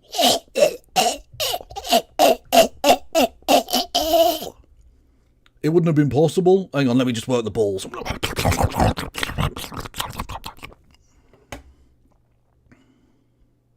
Like, it's fucking embarrassing. You pathetic piece of scum. But if there's a deal in, we've got to make sure it's a deal that lasts, that is not temporary, that lasts, and that's why we need to make sure that it's secure, and we've lent in and said we'll play our part, and we've talked, and we will talk. Chamberlain, Nev, old Chambers, Chamesy Poos, Neville Chamberlain, former British Prime Minister, is now looking on very happy because he's now not the most spineless British Prime Minister ever. He's now not the biggest appeasing piece of trash. Now again, I've spoken like defensively about Nev, so I don't think he's the worst ever or anything like that. But like, you know, his memory is, oh, that's the guy that like let Hitler do all that shit. And now he's not the worst. Now Nev can look down from the lofty heights of second worst behind this traitorous piece of garbage selling his country down the fucking river.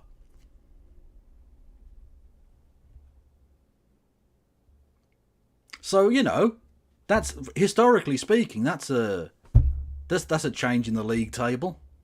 Like, Starmer was already way down there. Starmer was in the relegation battle, but he just rocketed to the bottom. Do you know what I mean?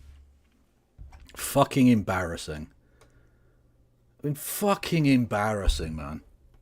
Talk about how we work with yourself, Mr. President, to ensure that this deal is something which is not violated, because it's very important that if there is a deal, we keep it.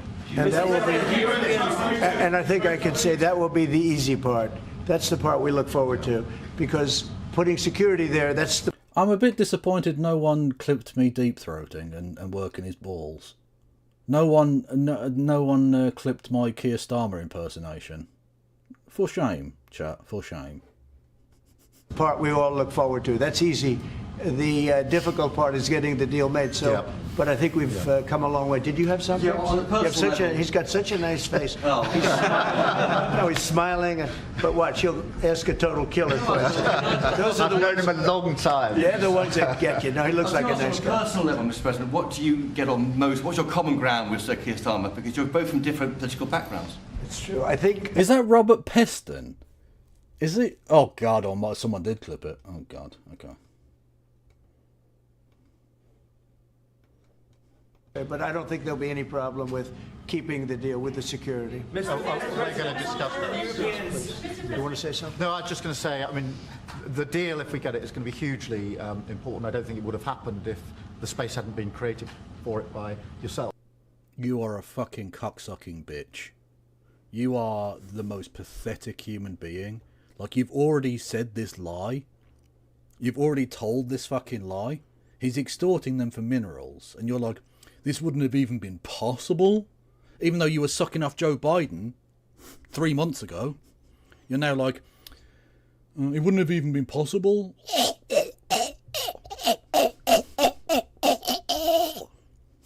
It wouldn't have been possible. Hang on, let me just work the balls.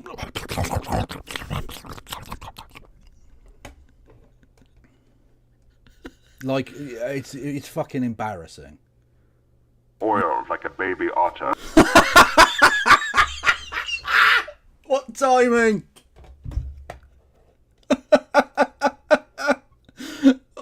We definitely needed to follow up the fucking ASMR ball licking with oiled like a baby otter. Oiled like a baby otter. Oh, fuck off. Oh, don't make me laugh. Oh, fucking hell. Oh, Oiled like a baby otter. Cunts. Fucking hell. Oh. Oh, no. Okay, that's going up on the YouTube. Fuck it, that's definitely... That's going up on the YouTubes. Oiled like a baby otter. It was indeed oiled like a fucking baby otter. 100%, mate. Oh, well, what's the noises? What are the noises happening? Thank you, Matilda Pazio. Pazio? I don't know. Is it Oiled like a baby otter. thank you for gifting 5 memberships on the YouTubes. Much love to you. Oh.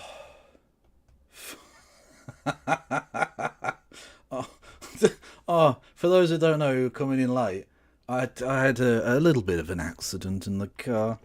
Might have spent the night and then I was in the hospital. Yeah, very unfortunate. So, I don't want to do this anymore. Would have been super. Oh, it would have been good, wouldn't it? Oh, fuck, it would have been amazing. Oh, well, it's. I'll take an oiled baby otter. Like a baby otter. Thank you. Thank you to Matilda Pazzo. Or Pazio? Are you going to have to tell me how to pronounce that? I've got no idea. For becoming a member themselves. Much love. Thank you very much. Anyway, yes, I was in an accident and I've got like a very mild case, actually. It hurt like fuck last night. But a good night's sleep in a chair, that's good for spinal problems, apparently, according to current NHS practice. Yeah, it feels okay. But occasionally, like I went for a little nap earlier and I woke up and it was like stiff as a board. It was fucking horrible, man. If only my dick had been anywhere near that stiff in the last fucking 5 years. Yeah, and when I laugh, it just tenses up the sort of back of the neck there. It's very unfortunate. Well, it's now official. Our president is an idiot. Well, to be fair, it was already official before this happened. By the way, Portland 1000, you should hit the follow button. I think you'd get on well here. I think you'd like it. And it's free, so, yeah. Anyway, yes, I think it was already official that the American president was a fucking idiot. I don't think that today has done nothing but reconfirm what we already knew, which is that he's also an evil piece of shit who's in the pocket of Vladimir Putin. But we already knew he was a fucking idiot. That's not news to anyone who's been watching. I can say this because we've known each other now really for a little while. This is not our first meeting, as you know. He loves his country, and so do I. That's our common theme. He loves his country, and I love our country. And we also have two countries that have gotten along for the longest period of time. Right? Yeah. Number one ally on each side. And we have good. France, Australia, we have a lot of good ones. But we've had a long-time relationship, a long time, hundreds of years. And we like each other, frankly, and we like... No, we don't. No, we don't. We don't. Look, there are bits of America we like. We like Friends and McDonald's, and that's about it. Like, chill. Prime Minister Ulf Kristersson writes that Sweden stands united behind our friends in Ukraine after this evening's big fight between Zelenskyy and Trump in the White House. From the beginning of the invasion during these 3 years of war to today and into the future, Slava Ukraini. Yeah. So basically the leaders of the world are having to like rally round Zelenskyy, who's probably like on the verge of cutting himself on the plane home, I imagine. After 3 years, after 3 fucking years of fighting tooth and nail desperately, being bombed to shit, it's all going to go to fuck because this orange cunt wants to rape you for your fucking minerals. What a piece of wank. Honestly. What a fucking evil piece of shit. All that sacrifice pissed up the wall to satiate this fucking greedy, grasping orange cock.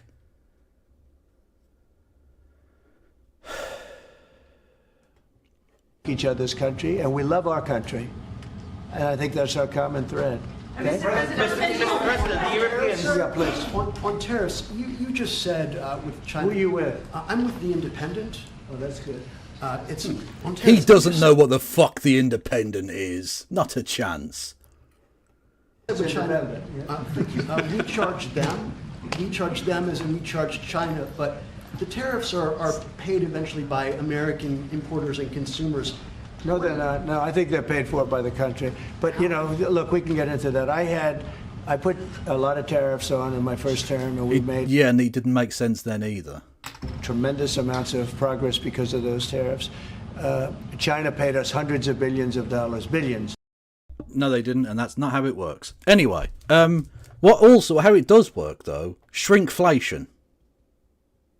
Shrinkflation is very, very annoying.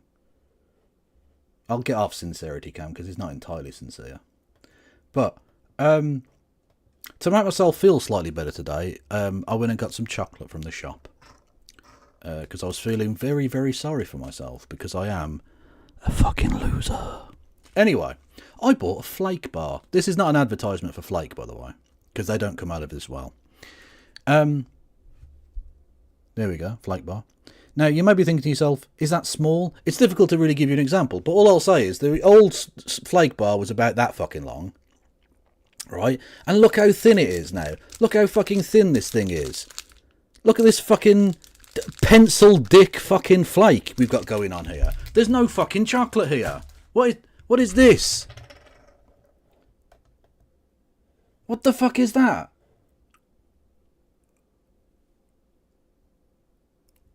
I know they do shrinkflation for a reason, but I'm the opposite of that.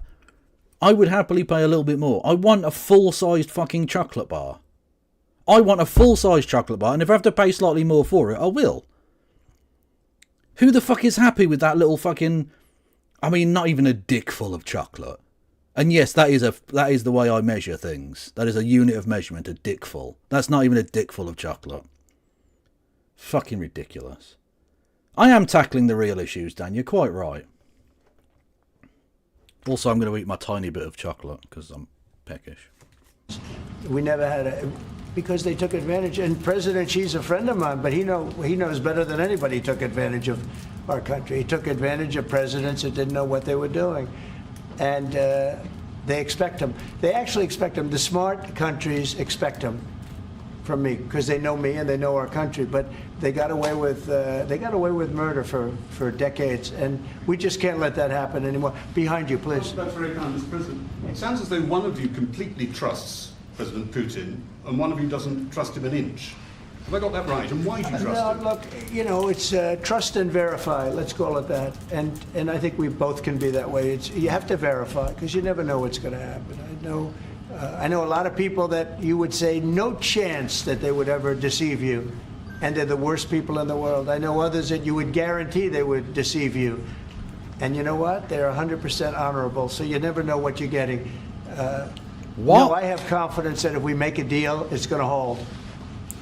Mr. President, on fentanyl, Mr. President, less than 1% of all fentanyl that comes into the U.S. is apprehended at the Canadian border. So why use fentanyl as a reason because they should be apprehending much more. They're only apprehending 1%. You're right about that. It's a little more than that. But they should be apprehending much more because a lot comes through Canada. And as Mexico gets stronger in terms of the border, it goes up to Canada. And a lot of drugs are coming in through Canada. We can't have No, they aren't. Mr. President, she just gave you the stat that they aren't. It's not actually an issue, you fucking idiot. He's a Russian asset. Absolutely he fucking is. He's a right cockhead. Unbelievable, man. Fucking unbelievable.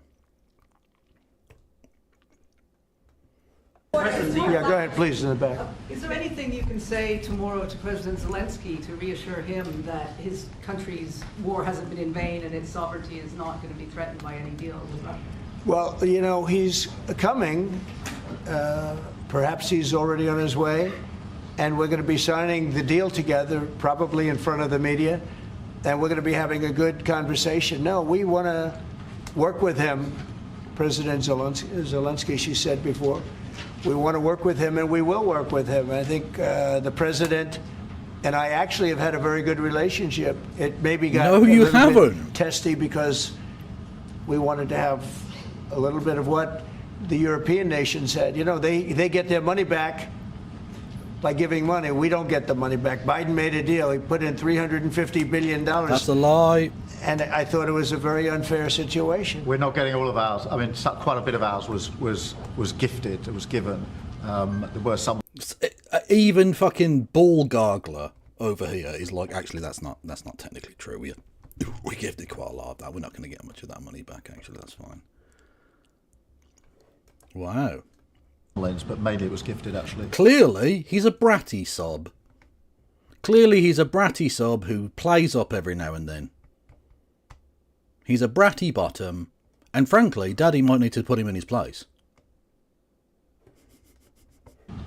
Mr. President, the Europeans want Ukraine to be part of NATO as part of this deal. Are you willing to budge on that at all, or is it a firm? Well, I could be very nice and say, oh, well, we'll work toward it. Look, it's not going to happen.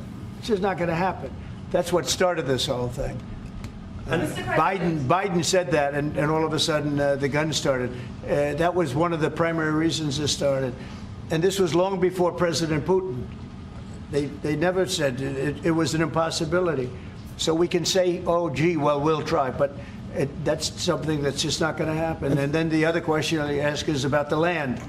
Will you get your land back? Well, they've fought long and hard on the land, and you and I will be discussing that. And we're going to certainly try and get as much as we can back. But on the NATO, it's just not, that's not going to happen. Yeah, please. Honestly, today, this Zelenskyy thing, today is like 9/11 for Atlanticists. Honestly, it's like their 9/11. Except that their 9/11 was actually really good for the Atlanticists. So it's like the opposite of 9/11, I guess. But like how normal people felt about 9/11, like, oh, that's fucked up. Like, oh, that's really bad, actually. Oh, fuck, loads of people are dying. Oh, they're jumping from the buildings. Oh, that's fucking awful, right? This is how they feel. This is their 9/11. Fact. President, you talked about having common ground with Keir Starmer, but there are things you disagree on as well. You described Zelenskyy as a dictator. He describes President Putin as a dictator. Do you see that as a problem? The relationship between President Zelenskyy and President Putin is not a good one. You've noticed, right? It's not a good one. It's not a good relationship. And we're going to have to try and work something out. Sometimes that happens. I get along with both. Yeah, I did see that, yeah. RFK's been fucking health secretary for a month and there's already a fucking first measles outbreak for a decade. Genius. Well done. So, it's going to be a three-way race this year between air deaths, right? So airplane crash deaths, gun shooting deaths, and measles, for which causes the most deaths in America this year. Honestly, it's exciting because usually gun deaths takes it outright, but it's a close race this year. I have a very good relationship with President Putin. I think I have a very good relationship with President Zelenskyy, and now we're, you know. You really don't. Is Keir Starmer an Atlanticist? Yeah. Yes, he is, basically. We're doing the deal, and we're going to be in there. We're going to be actually in there, and digging our hearts out. And yeah, bird flu's loading. Yeah, you know, we need the rare earth, and we have some here, but we don't have enough. Our economy is very strong, and we need a lot of things that, in some cases, we don't have here. So I think we're going to have a very good relationship, but the relationship between them is not the best. Mr. President, do you still think that Mr. Zelenskyy is a dictator? Did I say that? Oh, for fuck's... He's such a coward. Like, it might be just that his senility has eaten away that bit of his brain, who knows? But I think he's a coward. This is why he does this. I didn't say that. Or did I say that? I don't remember saying that. As a way of not being held accountable for the awful shit he says. Which, again, if he ever thought about it before he just blurted it out, wouldn't be an issue. He wouldn't need to remember the awful fucking things he says if he just stuck to a policy. Or if he just didn't act like a fucking wanker, would also be good. Oh, and of course he has no idea what rare earths are. Now, to be fair, I don't really know what rare earth minerals are either.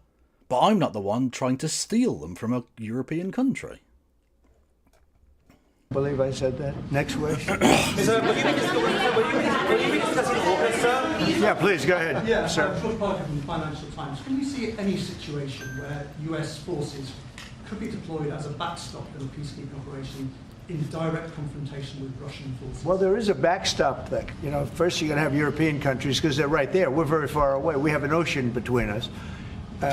But we want to make sure it works. So I don't know when you say backstop, you mean a backstop psychologically or militarily or what? But we are a backstop because we'll be over there. We'll be working in the country.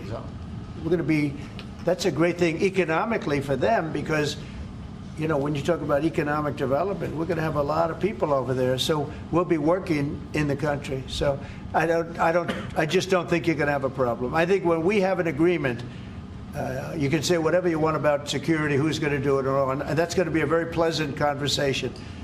The hard conversation is, will we have an agreement? And I think the answer is yes. I think Russia will agree, and I think that I really believe Ukraine will agree also. So will you discuss AUKUS as well? That didn't work. Just to follow up on that, if British troops are in Ukraine keeping the peace and get attacked by Russia, will you come to their aid? If the British people are in Ukraine and they get attacked. Oh, David Lammy's there, look. Oh, the little cuck boy's in his little cuck chair. Oh, David Lammy. Oh, fascism friend. Oh, Orange Hitler friend. Yeah. Cunt. I've always found about the British, they don't need much help. They can take care of themselves very well. You know what? No, it sounds like it's evasive, but it's not evasive. It is absolutely evasive. Have been incredible soldiers, incredible military, and they can take care of themselves. But if they need help, I'll always be with the British, okay? I'll always be with them. But they don't need help. You look at their career, you have done very well over the years, haven't you? We have. I'm very proud of our country. And but we've also always been backing each other up between our two countries. That is why this is the greatest When he says alliance. backing each other up, it means he's been throwing his back into it. That is a stiff dick of poop. Quite literally. Thank you, Wayward Historian, for gifting a sub to Maria End. Much love to you both. For prosperity and security I think the world has ever seen. Whenever necessary, we've absolutely backed each other up, and that's at the Could you core of take the on Russia by yourselves? Well, all right, one or two more. He's a diplomat. He's a diplomat who's supposed to avoid war. And it's just like casually, oh, could you, the nuclear power, could you take on another nuclear power in a war? Isn't that a funny thing to joke about? Isn't it really funny to joke about two nuclear powers going to war with each other? That's very funny. I am a serious politician.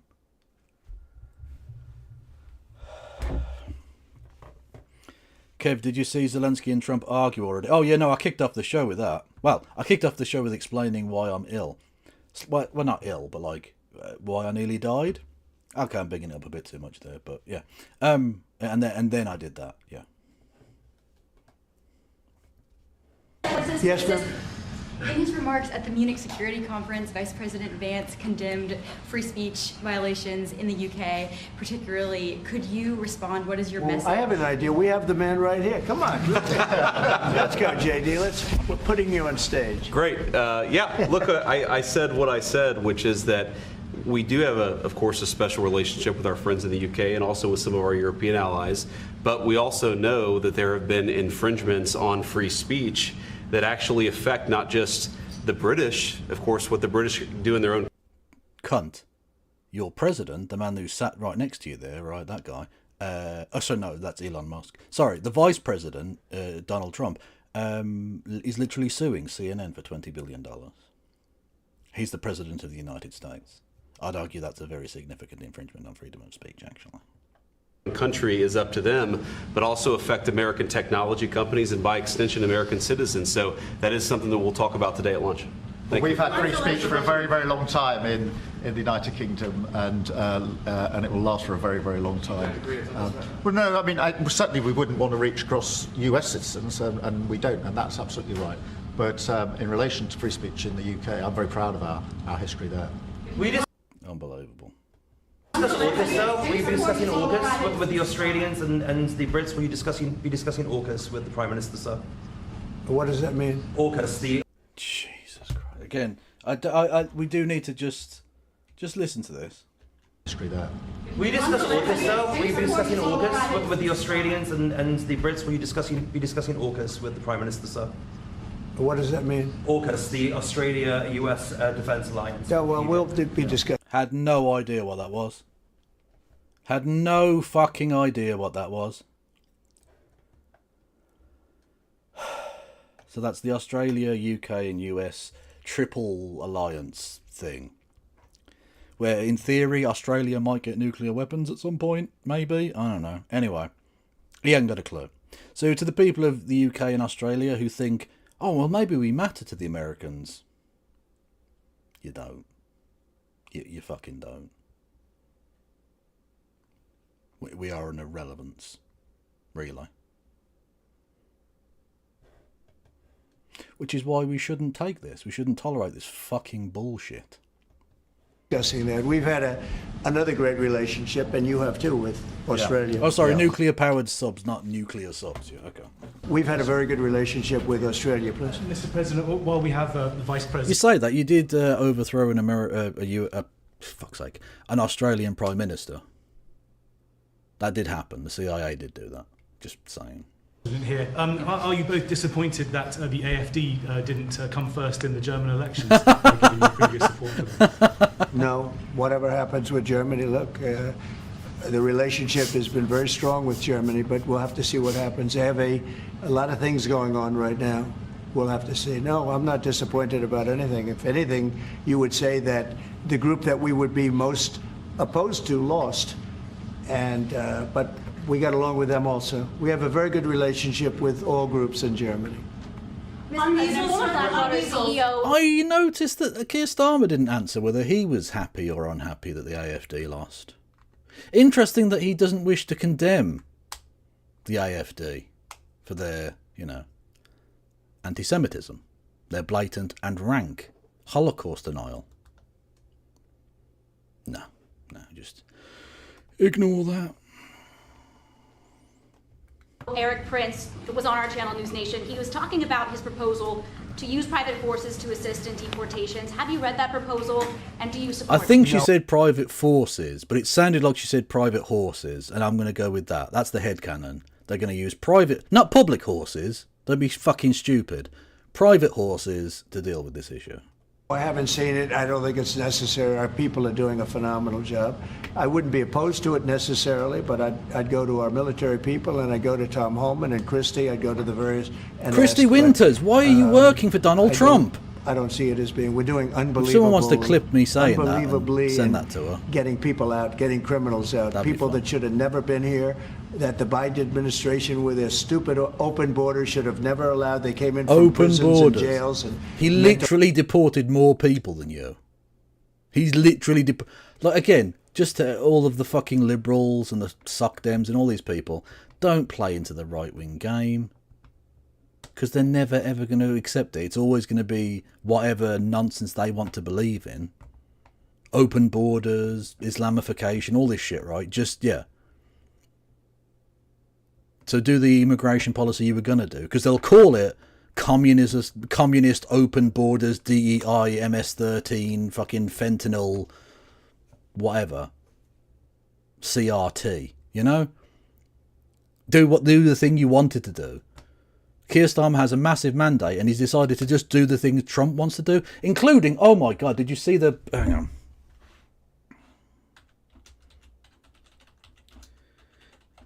This is unbelievable.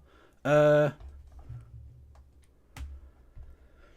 UK is looking at the Texas Supermax prison for ideas. Imagine that. Imagine you are a supposedly socialist government. Right? If there's one nation on earth you don't look to for tips on how to run a fucking prison system, it's got to be the United States. The country with the largest per capita and total prison population ever. They are the last fucking place on earth you should look toward. And yet, Keir Starmer, with his massive majority, who could do absolutely anything, has decided, I'm just going to be as right-wing as I possibly can be. I'm just going to do everything I'm just going to be Donald Trump 2.0 electric boogaloo cuntbag. Fucking embarrassing, man. He's the worst. I won't enjoy Nigel Farage becoming Prime Minister, but I will enjoy Keir Starmer losing. Assuming he even gets to the next election.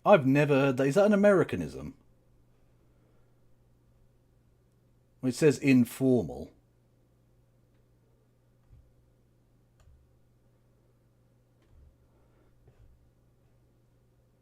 What's the first ever known example of it? 1929. Okay. Well, that must be an Americanism. I've never heard hellacious before. No, apparently hellacious is a word. No, just MTG is hellacious. That is true. That is very true. Or something hellacious would be something that's a bit Greek. Because Hellas, hellacious. I'm very funny. Approximately 1 million Ukrainians and Russians have been senselessly killed, but the number, I believe, is much higher than that. Countless schools, hospitals, towns, and beautiful ancient churches have been absolutely obliterated. To begin the process of ending this spiral of death, I had historic back-to-back calls with President Putin, very successful calls, I might add, and President Zelenskyy and my... When you say very successful calls, that depends on what comes out of it, doesn't it? Like, you can't say they're successful now, because it depends what happens. The call itself can't be successful. It's the things you decide and whether the person sticks to them and what the outcome of all of that is. You'd have to decide that further down the line, you fucking prick. God, he's an idiot. Team also spoke with the Secretary General of NATO on numerous occasions, and we're working very hard to get that war brought to an end. I think we've made a lot of progress, and I think it's moving along pretty rapidly. And I want to thank all of the people that are here that have been working on it. And we'll let you know what happens. It'll either be fairly soon or it won't be at all. In addition, this week I met with President Macron of France, as you know, and held talks with members of the G7. Tomorrow, the progress toward peace will... There's no way he doesn't think G7 is like a fucking pop group or something. There's no way he doesn't think that's a band. Continue when President Zelenskyy visits the White House. He'll be here tomorrow in the early part of the day, and we'll be signing a historic agreement that will make the United States... I don't think you will. A major partner in developing Ukraine's minerals and rare earths and oil and gases, and we have a great understanding. How to donate to me? Well, you can do so in the form of bits or subscriptions, or there's you can donate directly via the super chat thing. They're the stream elements thing, if you wanted to. Non-binary. These are things you can do. And if you're on YouTube, hello YouTube, you can do super chats, which I will read out. I don't think we've had a super chat so far, but that's okay. But if you wanted to, you can potentially scare the shit out of me, because that sounded like it's still an issue. It's a bit hit and miss, but we're getting there. And you can do you can become a member for 99p. It's literally cheaper than a fucking Freddo. Cheaper than a Freddo. Why are we not revolting about that? Why are we not literally doing things that are definitely terms of service? Also, you can hit the like button and subscribe. Those things are free. I think it's going to be great for Ukraine. We're going to be at the site, and we'll be digging. We'll be digging. Dig we must. A big utility in New York con us, and they used to have a sign, dig we must, and we will be digging. The fuck are you talking? This is just a jabbering old man. Who let this fucking freak out of the retirement home? This mutant should be sat around going on about pudding cups, talking to a fucking tree in the garden. Like, why is he president? It's ridiculous. The European aid to Ukraine has been sent in the form of loans for which they expect to be paid back, and we didn't have that honor under the... Oh no, I'm doing a meme. When it says Freddo, there's someone in one of the stores, presumably like in central London, they had Freddos that were going for £1. £1 sterling. Fucking disgusting. Biden administration, he sent money, or just sent it, money after money after money, and never had any knowledge of ever seeing it back. Maybe 300 to 350. You keep telling that lie, it doesn't become any less of a lie. $1 billion, but under the breakthrough agreement, very unusual, which everyone said was difficult to get, but it's really very good for Ukraine and very good for us. The American taxpayers will now effectively be reimbursed for the money and hundreds of billions of dollars poured into. No, you won't. Helping Ukraine defend itself, which by and of itself is a very worthy thing to do. We've paid far more than any other country, and with most of our support, it's been paid in military, the finest weapons anywhere in the world. This includes vast amounts of military hardware, ammunition. No, it's not. It's not even that bit's not fucking true. You sent them your old stock, your obsolete shit, which it's very embarrassing to Russia that you're sending the shit you don't need. You're essentially cleaning out your closet. You know when you clean out your closet and you've got like old clothes that you don't need anymore? So you're like, oh, I'll put these in a black bag and I'll take them to the charity shop, right? That's what you're doing with your military equipment, and Russia can't beat them.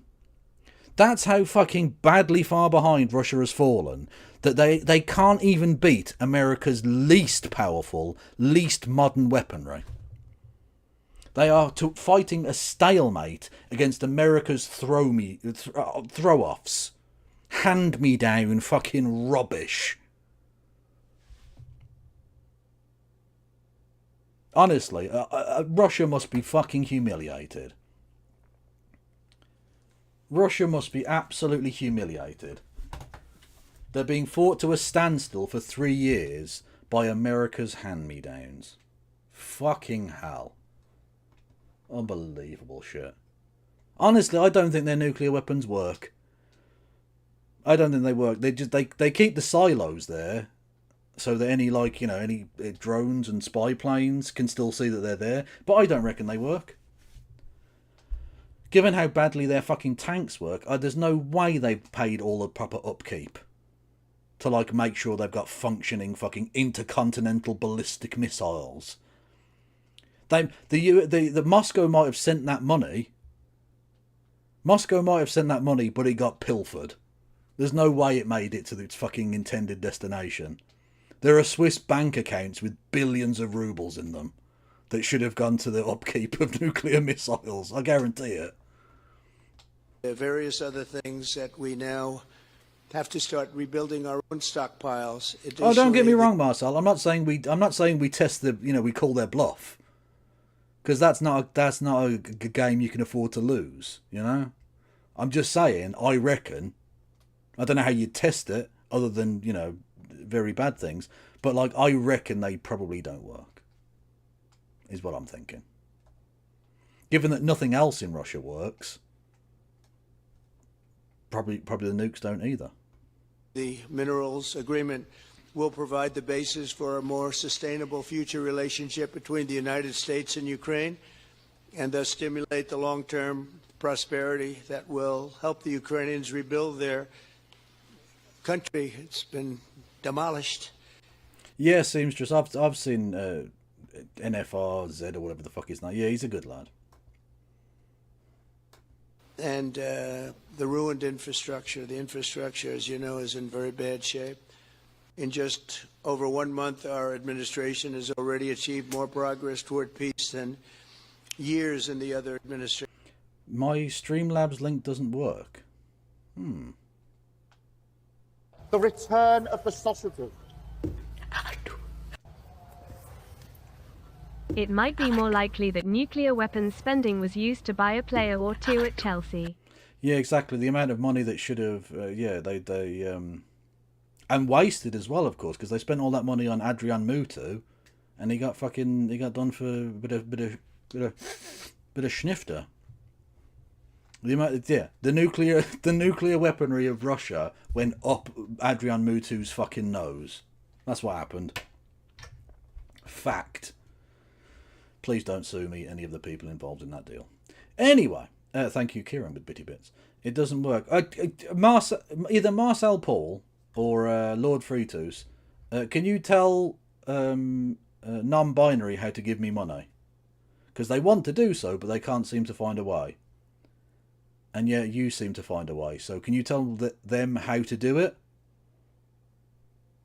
Because I don't know how. Because I don't give money to me. So I don't know how to do it.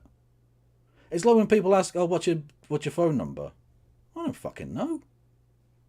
Well, I don't fucking ring myself. I don't ring myself, so I don't need to memorise it.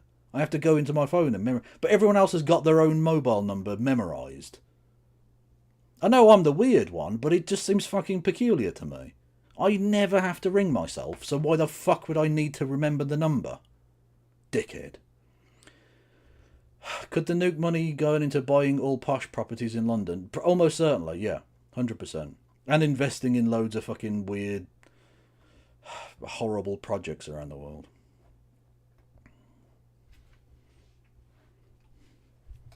Where they did nothing toward peace. They didn't understand what was happening. Our approach is basically common sense. As I said, so many of the things that we do are based on common sense. If you want peace, you have to talk, both sides. Okay, so why didn't you invade Ukraine then? If it's really important that both sides talk, why did you only invite Russia to your powwow? Your fucking little dictator powwow in Saudi Arabia? With old fucking Bonesaw. With old fucking multi-journalisms. What's his name? Mohammed bin Salman. But apparently it's Zelensky's the dictator. Whereas Putin and fucking bin Salman are lovely. I'll curtsy to them. You fucking cockblower.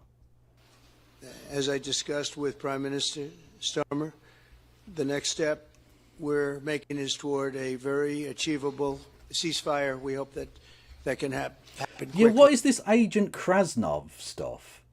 Like, I've seen this, like, go around. I've seen this thing go around, but I haven't really looked into it. What is all this bollocks? Can we raid into Finster for some levity, assuming they're still streaming when you finish? Yeah, okay. If you remind me, I'll have totally forgotten, but if you remind me. They're a good Brummie, so I've got no problem with raiding into Finster. They don't sound like they're a good Brummie, but they are. You can't escape it. You can put on a fucking posh accent and a cute little skirt and actually I'm getting a boner now. Let's stop. Because thousands of young people, in this case, we're not talking about Americans, we're talking about Ukrainians and Russians are being killed every week. Thousands. And it's a rough battlefield. It's a flat piece of land, and the bullet only stops when it hits somebody. And this week, I saw the reports. What are you talking about? I don't even want to say what they are, but thousands of people, young, vibrant people died. And we want. Non-binary _ donated $3. At KFlogan1875 in Scotland, the shield is with the unicorn on the left. Scotland's in charge. In England, it's the other way round. Same principle with the order of the flags in the background. American flag on the. Okay, I will take your Oiled like a baby otter. Oh, for God's sake. Thank you, James Holmes, for becoming a member. 8 months. You are 1 month away from a post-birth baby Bible abortion YouTube edition.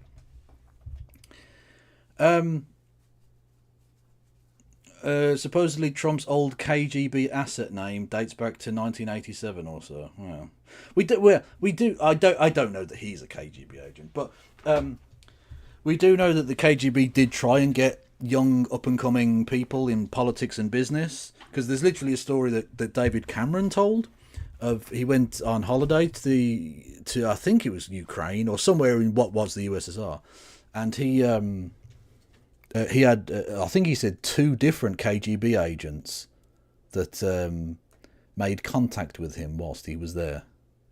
He said he told them to fuck off, obviously, but you know, they're clearly trying to get young up and coming people from the West and like. Do entryism, which, is, if you're going to do spy shit, that's probably the way to do it, right? What to know about the rumour Trump was recruited by the KGB in 1987? In February 2025, Alnor Musayev, so this is from Snopes, so, whatever. Alnor Musayev, a former Soviet and Kazakh security official, claimed in a Facebook post, that's always a good place to make massive revelations, that US President Donald Trump was recruited in 1987 by the KGB. the intelligence agency of the Soviet Union and assigned the name Krasnov. Musayev's post didn't state whether he personally recruited Trump or simply knew about the recruitment, nor did it state whether Trump actively participated in espionage or was just a potential asset. Trump did visit Moscow in 1987, where there's no clear evidence suggesting he was actively recruited. Well, of course he wasn't actively recruited into the KGB. He was too busy being pissed on by a Russian hooker, obviously. Musayev's allegation that Trump was recruited by the KGB at the time don't line up with Musayev's documented career path. Several biographies of him on Russian-language websites suggest that at the time Trump was supposedly recruited, Musayev was working in the Soviet Union's Ministry of Internal Affairs, not the KGB. Oh, there you go. Oh my God. Well, there you go. That's him in Russia. Okay. Anyway, it's probably bollocks, but you know. I am a piss tape truther though. Okay. I'm just going to say that now. I'm going to put it out there now. I don't know if the tape still exists or whether the copies were made or whatever, but I reckon that's a real story. The piss tape thing is real, and you can't convince me otherwise. And I will not be accepting questions. I want to stop that. Senseless. Should have never happened. This will lay the groundwork for a long-term peace agreement that will return stability to Eastern Europe and hopefully ensure that such a terrible war will never happen on European soil. Or Oiled like a baby otter voice is not Sean Connery. It is someone pretending to have a voice kind of like Sean Connery. But it isn't actually Sean Connery. But I can understand why you would think it was. Or for that matter, anywhere again. It's a horrible thing that's going on. The disaster in Ukraine shows exactly why it's so important for the United Kingdom and other NATO partners to make large investments in their defense capabilities. In many cases, 4% or 5% of GDP would be appropriate. Fuck off, man. 4% or 5%. Like, the fucking NATO thing is 2.5%. And most countries don't want to do that much. Keir Starmer wants to get it up to 3% because he's a fucking cockhead. He's a cockhead. He's a cockhead, stupid bastard who wants to fucking blow old fucking orange pubes over here. Fucking embarrassing. 4 or 5%. Why don't you fuck off? Why don't you fuck off telling other people how to live their lives? Why don't you fuck off trying to dictate to other countries what they have to spend? No, fuck you. You wanted to be fucking Daddy Big Bollocks World Police for 50 years. You're the ones that have to fucking fund it. And if you stop funding it, you stop getting to be fucking Daddy Big Bollocks. You don't pay the piper, you don't get to call the fucking tune. So what do you want to be? Do you want to be a leader in the world or not? That they're raising it. I just read an article, a great article about the work you're doing in the UK as to the military. You're raising it quite a bit, which is a great thing to do for your country. It's a great thing to do. It's sad that we need that, but probably need that. So congratulations on that. I know you got it through. After years of... What do you mean got it through? He doesn't have to get it through. It wasn't a piece of legislation. Oh God, he's an ignorant cunt. Chronic underfunding, there's an urgent need to catch up for some countries. And I want to thank the Prime Minister once again for traveling here today, working together. I believe that we'll once again demonstrate... Yeah, Alex, I think we really do need to look to a world beyond America now. Yeah. Like I say, today, literally today has been the 9/11 for Atlanticists. Which I said sort of as a joke, but it's basically sort of true. The fact that he's prepared to bitch out Zelenskyy like that in front of the press, not even in private. Like in private, you assume that politicians scream and shout at each other, right? But in public, you're supposed to be professional. Like even during the Cold War, when they'd have one of these détente meetings, the fucking Soviet guy and the American guy would like speak nicely and calmly toward each other, even though they were literally like threatening nuclear war or whatever in the fucking meeting. Everyone knows they were. Everyone knows they were absolutely fucking bitching each other out and calling each other the biggest cunts in the world. And then in front of the cameras, you come out and you do the, oh yes, Mr. President, I mean, you like, yeah, McDonald's, yeah, super. You know, you do that bit.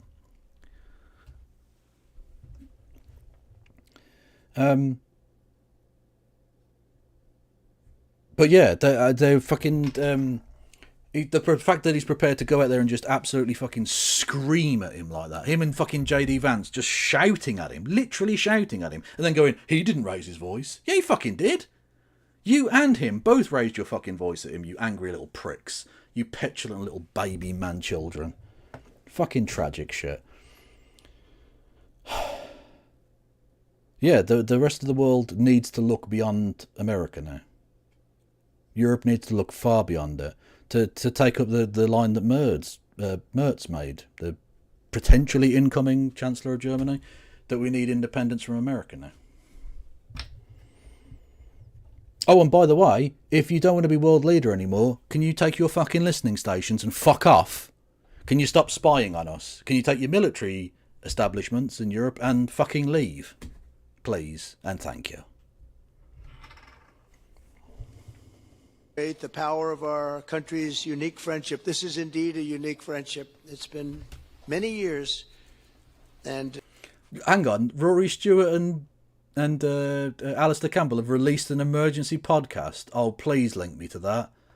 I want to see the Atlanticists implode. Again, the good thing about the banter timeline, whichever particular form it comes in, there's always a good bit to it. You have to look at the silver lining. You always do, right? This, today, has been a fucking tragedy for democracy and for the freedom of the Ukrainian people. 100%. But to see the neocon freaks, the fucking mutant Atlanticist gobshites, freak out, beautiful. Beautiful.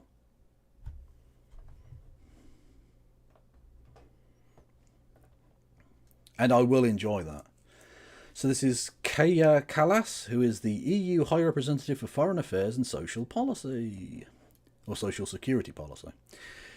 Ukraine is Europe. We stand by Ukraine. Okay. We will step up our support to Ukraine as they continue their fight to back the aggressor. Today it becomes clear that the free world needs a new leader. It's up to us Europeans to take this challenge. Ladies and gentlemen, we got him. Victory is ours! I mean, yeah. Yes. This is history. We're watching history, people. This is literally the EU High Representative for Foreign Affairs and Vice President of the European Commission. The free world needs a new leader. There it is. Absolutely. Absolutely. Yeah. The old order is gone now. The quote-unquote Pax Americana is dead. It was already on its way to dying, let's be honest. The post-Cold War world, the end of history. Yes, that's right, Fukuyama, you're never being forgiven, you prick. The end of history nonsense was always sort of heading this way. But today it died. Today, Donald Trump and JD Vance killed it. Literally ended that period of history. Boom. It is no more. It cannot be revived. It's over. America needs to accept that. And again, I accept Maria Rend's point about millions of Americans didn't vote for this. Okay. But the plurality did. You can't even say it was just the the Electoral College. He won the popular vote. The plurality of Americans voted for this man. And again, this isn't news. This isn't him going back on, like, it's not like he spent the entire thing going, we really love Ukraine, and now he's fucking him over. He said during the election he was going to fuck him over. He specifically made a point of saying, I'm paraphrasing here, but basically, Vladimir Putin's awesome, Zelensky's fucking robbing us blind.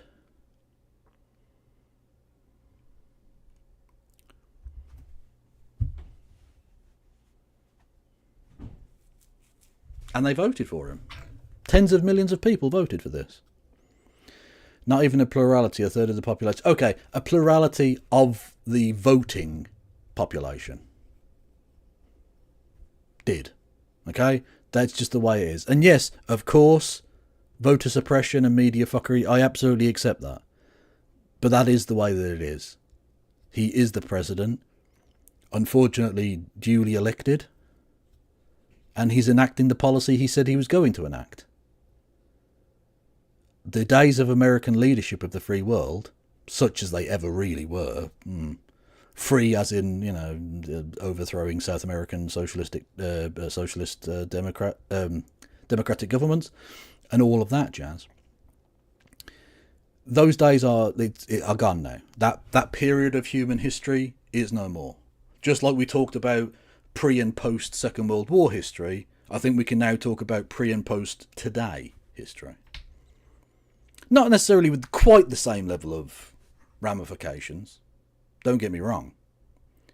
I'm not suggesting that the J.D. Vance is quite as impactful, historically speaking, as Adolf Hitler. Although they are both fucking mutant freaks. And they are both fascist, of course. But today, I think, marks a very significant change of direction for the world. And this is exactly the kind of thing I'm talking about. This would never have happened a week ago. Even a week ago, when he was calling him a dictator, this didn't happen. There's something genuinely visceral, and this is what they don't get about diplomacy. The way in which people act makes a massive difference. The reason that you're supposed to put on the fake act of, like, I mean, I bitch out Keir Starmer because he took it far too far and embarrassed himself. But I get why a British Prime Minister has to go there and pretend. I get why Theresa May had to go there and pretend. I get why David Cameron and fucking Gordon Brown and whoever, Tony Blair, you have to go there and, like, metaphorically kiss the ring. You have to go there and do that. Because we lived in the world of Pax Americana. America was the daddy. So you have to go there and, you know, they're paying the piper, so you have to go and play the tune.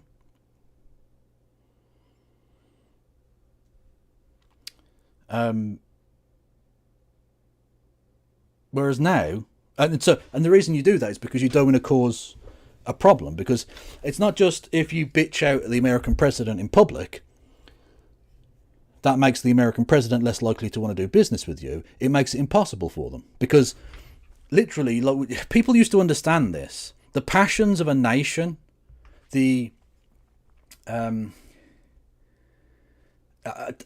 self-image of the people of a nation matters in the way in which their leaders will operate. So if you insult a nation, people make it impossible for the leader of that nation to then do business with the people who insulted them. Words can start wars. People forget this. The Zimmerman telegram was just that, a telegram. It was some words.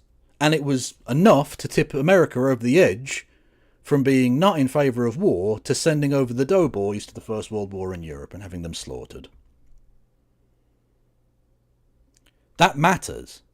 All of this really matters. So him going out there, like just saying he's a dictator is not good, but diplomatically you can massage that.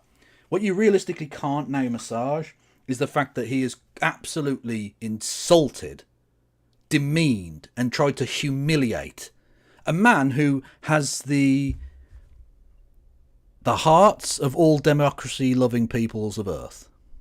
All the democratically minded people of Earth think that Vladimir Zelenskyy is a good person who's fighting a just war. And what J.D. Vance and Donald Trump did today was attempt to throw shit at that love of democracy. The people of Ukraine will despise Donald Trump for this. I think the people of the world will despise Donald Trump for this. His own fan base will love it because it literally doesn't matter what he does. He could go onto Fifth Avenue and shoot someone dead and they wouldn't stop supporting him.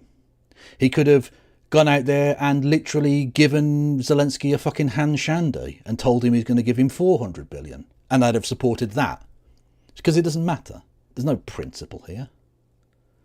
There's no fucking principle to any of this. There's no underpinning ideology. It's just Trump good. I literally saw Benny Johnson, a man who was literally funded by the Kremlin, talking about how great it was that Donald Trump was carrying his own coat in the White House. He said, "What a man." What a man was the phrase he used, because Donald Trump carried his own coat. It's a cult. It's a weird, freaky sex cult thing. It's they get hard on worshipping his tiny orange Taj, right? That's it. So that his fan base won't be annoyed by this, but the rest of the world will. We can't rely on America. The free world does need a new leader. I think Keir Starmer would like to be seen as that world leader. He'd really like that. He'd really like to be seen as that. But he has the charisma and leadership ability of a fucking lettuce. And not like one of the lettuces that beat prime ministers. Hello there, Some Random Geek. Everyone go and follow Some Random Geek immediately.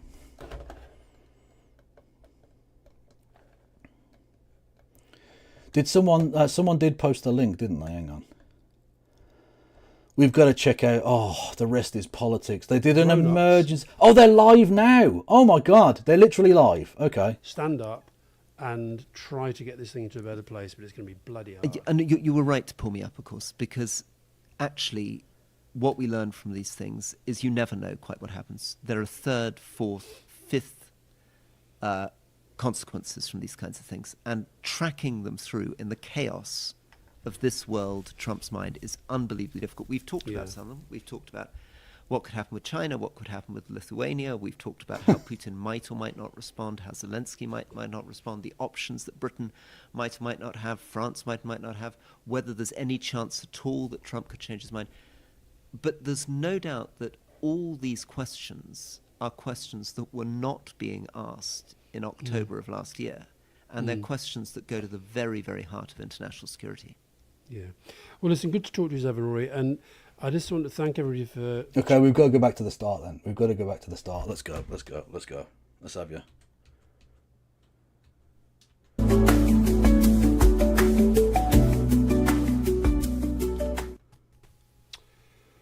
Welcome to a Rest This Politics live stream. Friday night, I think we were both expecting a quiet night in, and have just witnessed, I honestly can't find the words, the most extraordinary bust-up in the Oval Office between Trump and the vile Vance, who really showed his true colours today, with President Zelenskyy of Ukraine. I don't know how much you were able to catch of it, Rory, but I don't think I've ever seen anything like it in public. The only thing I ever saw in private, I once saw Vladimir Putin absolutely losing his rag with Tony Blair, but even that was nothing like this. Nothing.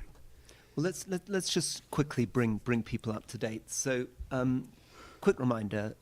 Here's what Orban tweeted about today. Oh God, some weird fascist shit, I'm sure.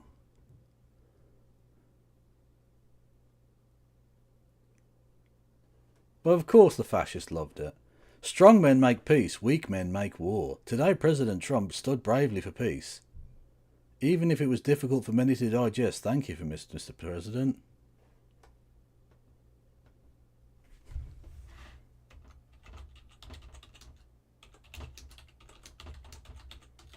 Actually, no, I can't put that. That could be seen as a threat. No, I won't do that. I won't do that. Trump see, because we don't have freedom of speech in the UK. I can't even write something like that. Saying that if he came into office, he would end the Ukraine war in 24 hours. He then announced... That didn't happen, did it? ...talks in Saudi Arabia with Russia, and has gone out calling Zelenskyy a dictator and saying that he's very unpopular and accusing him of starting the war and saying that the US had spent 3 times more than it's actually spent in Ukraine. Everybody, of course, very, very worried. So that then lent to a emergency scrambling by President Macron and Prime Minister Starmer, who flew over to Washington. And the major objectives of their meetings, which were this week, Macron's meeting was on Monday, Starmer's meetings just happened, was to try to convince Trump to get back into a more moderate position on Ukraine. Well, that really worked, didn't it? The adults in the room talking nicely to the fascist definitely made him not fascist anymore. I'm so grateful to Mr. Macron and Sir Keir for their efforts. Thanks, guys. Did you know you can just unfascist somebody? You can just unfascist somebody in the free marketplace of the ideas. What they were hoping to do was say, okay, Europe will put up much more money. In fact, they were even suggesting Europe will put up all the money, provided the US is prepared to continue to sell weapon systems and provide something called security. Look at Alistair Campbell's ballsack face. Oh, he's so sad. I just want to say, before anyone feels too bad, he's one of the architects of Britain being involved in the Iraq war. He has the blood of 1 million Iraqis on his hands. I hope he suffers great emotional distress over that. I hope it gnaws away at the very core of his existence and that he never gets a moment's peace. I hope the screaming voices of the souls of those 1 million Iraqis haunt his every waking moment. Guarantees, which we can get into a bit later. While this was all been going on, Trump has been making demands to Ukraine for a minerals deal. And in the draft that people saw, he was asking for 50% of all Ukraine's minerals now and in the future. It's going to be about $500 billion worth of minerals for the United States. Ridiculous. In return, it appeared... Ridiculous. Financial rape is what that was. $500 billion for $100 million worth of obsolete shit. What a fucking joke. For nothing. President Zelenskyy then has flown out to the United States. He arrived. There was quite a warm greeting on the steps of the White House, where Trump made some jokes about Zelenskyy's clothes, said it was a great honor that he was visiting. And then they sat down in this rather strange pre-press conference. So there seems to be, and I'd love to ask you about this, just to explain the logistics of this. There seems to be a pre-press conference, then they go to their meeting, and then traditionally they do a press conference at the end. What's this pre-press conference where the problem started?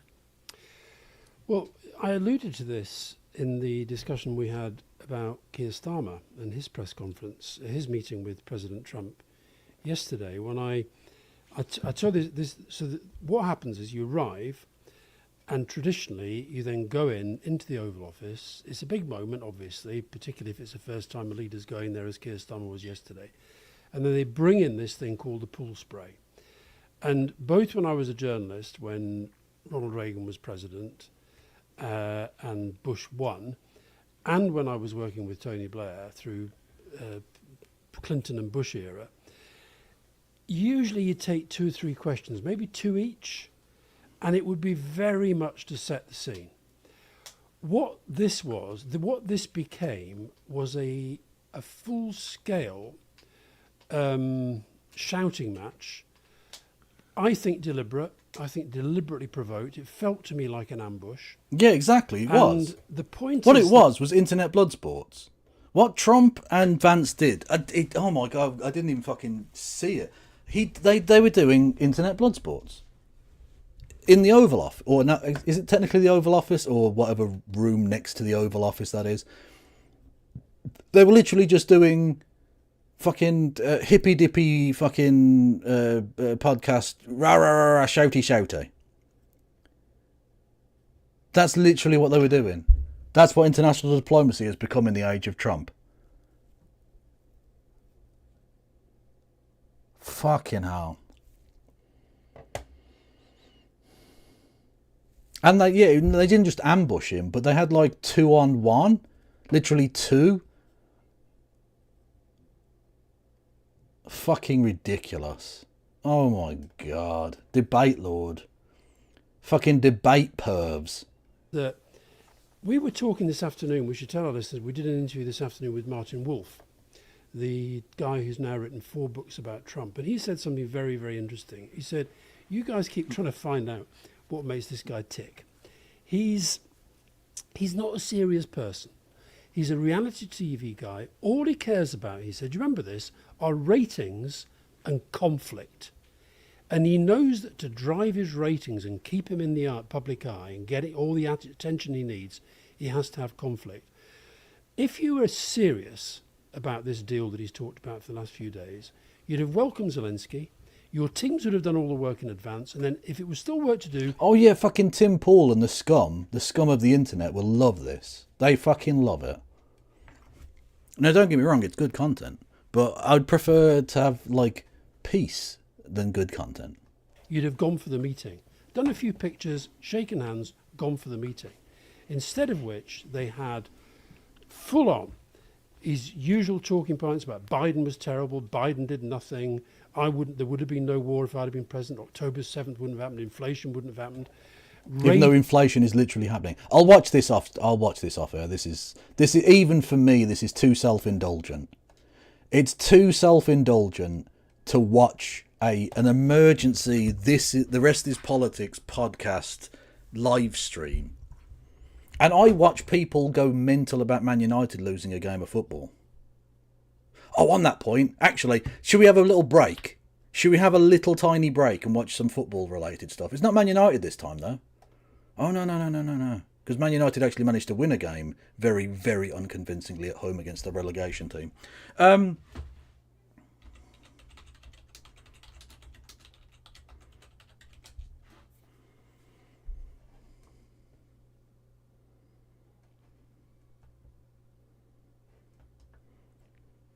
This time we've got Arsenal, motherfuckers. Let's go.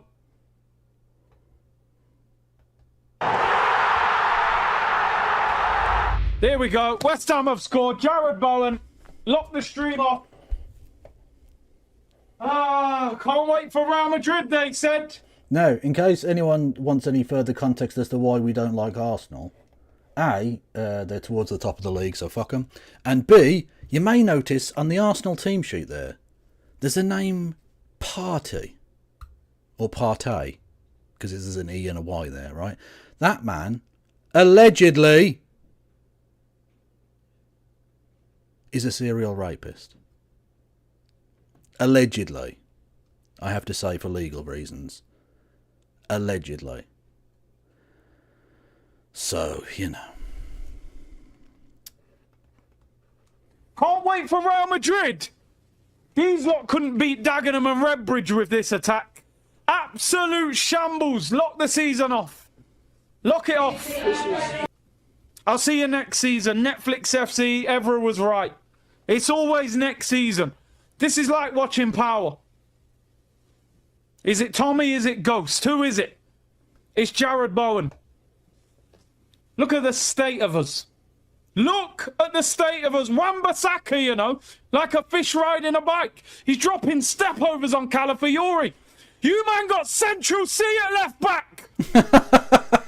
Can't rush greatness. He can't defend. His head's gone. We're scrubs, mate. Absolute scrubs. You man got Centre at left back. These man got Centre at left back. What kind of defending is that from Calafiori, bro? Why is he getting step-overs dropped on him by Wan-Bissaka? Also, can we just say, Wan-Bissaka, an amazing example of the disease of Man United. He was fucking awesome at Crystal Palace. Man United signed him for a fortune, turned into a bag of shit. Now he's gone to West Ham. All of a sudden, like you say, dropping step-overs, getting assists. Looking like he's about to break back into the fucking England team. Man United are poison. Jesus.